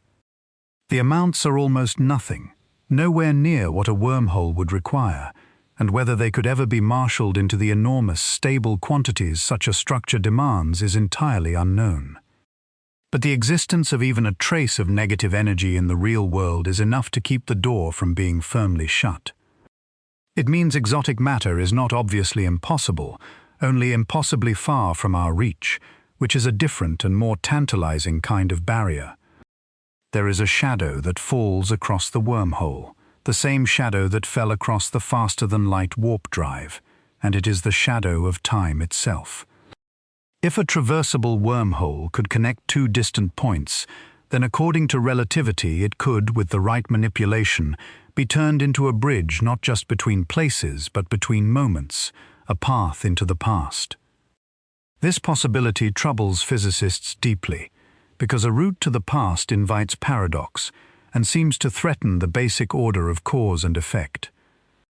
Some suspect that the universe must contain a principle we have not yet fully identified, a kind of protective law that prevents such time bridges from ever forming, quietly forbidding the paradoxes before they can arise. Whether such a protection truly exists, and whether it would also forbid wormholes used honestly, only for distance and not for time, remains an open and fascinating question at the very frontier of the subject. The recent theoretical work has only deepened the intrigue. The conjecture linking entanglement to microscopic wormholes suggested a startling unity, that the connections between distant entangled particles and the tunnels of general relativity might be two descriptions of the same underlying thing. And building on related ideas, some physicists have shown, at least in mathematical models, that a wormhole could be held open not by classical exotic matter, but by carefully arranged quantum connections between its two mouths, information itself serving as the brace that keeps the throat from closing. These results live, for now, in the realm of theory and of small quantum experiments rather than in any tunnel through real space. But they represent something new in the long history of the wormhole. For the first time, the idea is being probed not only with equations on a page, but with actual devices in laboratories, its geometry coaxed, in shadow form, out of quantum machines. No wormhole has ever been detected. No natural Einstein-Rosen bridge has ever been observed anywhere in the sky. The entire case for the wormhole rests not on any object we have seen, but on the fact that the mathematics of general relativity permit it rather than forbid it. And yet the last few decades have produced developments strange enough to keep the idea very much alive. In 2013, the physicists Juan Maldacena and Leonard Susskind proposed a conjecture with a deceptively simple name, ER equals EPR. It suggests something that would have seemed like madness a generation ago. It suggests that quantum entanglement, the mysterious connection between particles that Einstein famously called spooky action at a distance, may be physically equivalent to a microscopic wormhole. If the conjecture is right, then every pair of entangled particles in the universe might be connected by a tiny thread through the fabric of space-time, and wormholes would not be rare cosmic monsters, but woven into the very structure of reality at its smallest scale. The idea took another step out of pure theory in 2022, when a team of researchers from Caltech, Harvard, MIT, and Google used Google's Sycamore quantum processor to simulate wormhole-like dynamics within a quantum information system, publishing their results in the journal Nature. It is important to be precise about what this was and was not.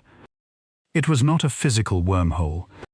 No one opened a tunnel through space. What the team did was create a quantum system that behaved, mathematically, according to the same dynamics that describe a wormhole, and watch information pass through it as the theory predicted. It was, in a careful sense, the first time the geometry of a wormhole had been demonstrated in any form whatsoever, a shadow of the real thing, cast in the behavior of quantum bits. A shadow is not a doorway, but a shadow means something is there to cast it.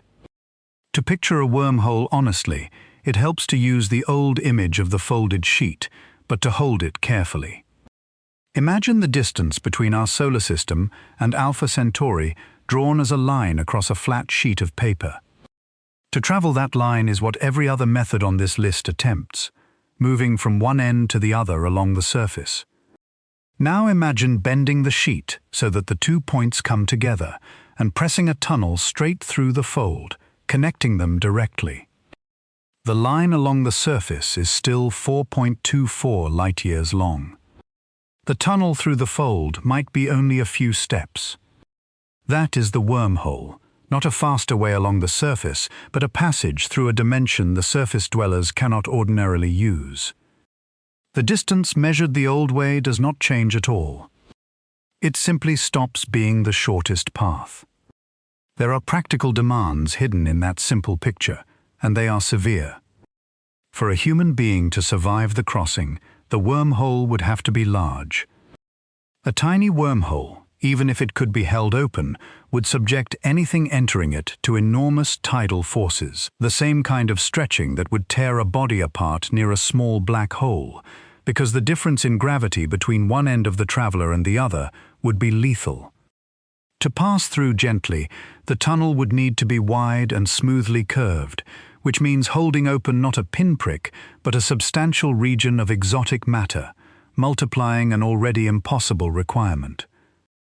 The wormhole that could carry a person is not merely a stable one.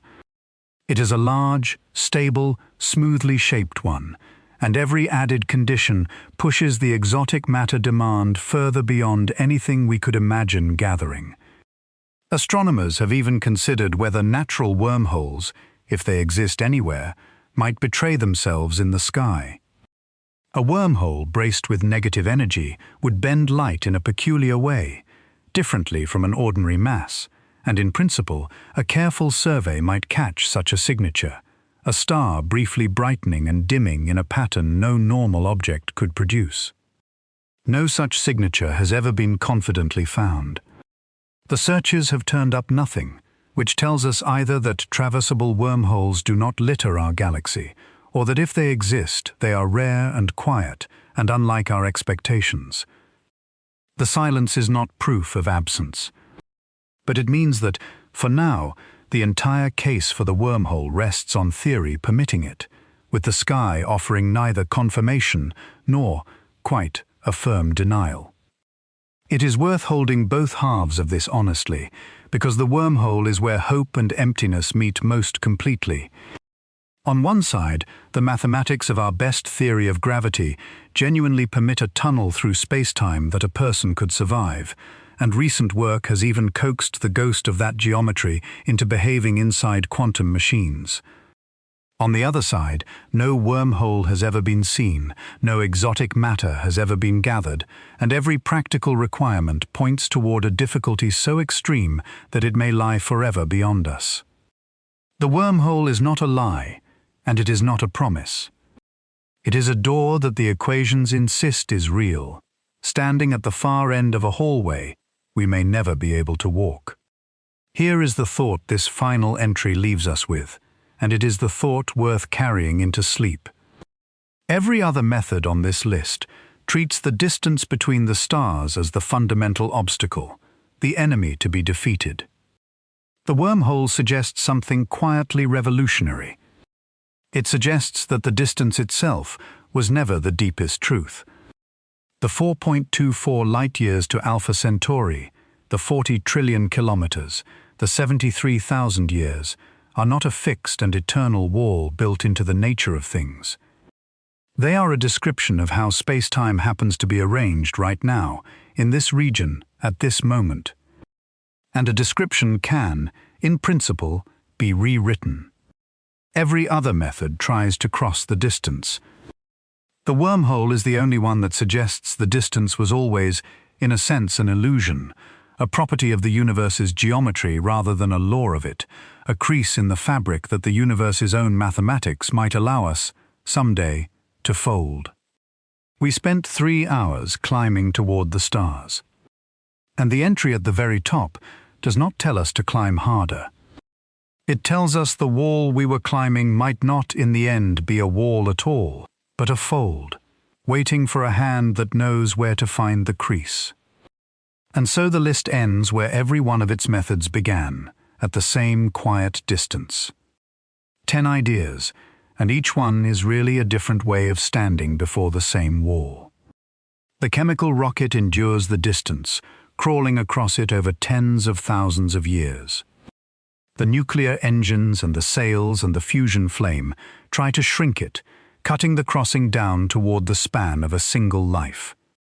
Antimatter reaches for the very ceiling of what speed can offer, and finds the fuel just out of reach. The generation ship refuses to hurry and chooses instead to outlast the distance, carrying a small human world across the centuries. The warp drive bends the distance, and the wormhole folds it away entirely. Endure it, shrink it, outlast it, bend it, or erase it. Every method we have, and every method we have ever dreamed, is one of those 5 answers to a single question the universe has posed since we first looked up. There is a thread that runs through the whole list, and it is worth noticing before we let it go. Again and again, the barrier was not the laws of nature. Chemical rockets fail because chemistry runs out, and that is a true wall of physics.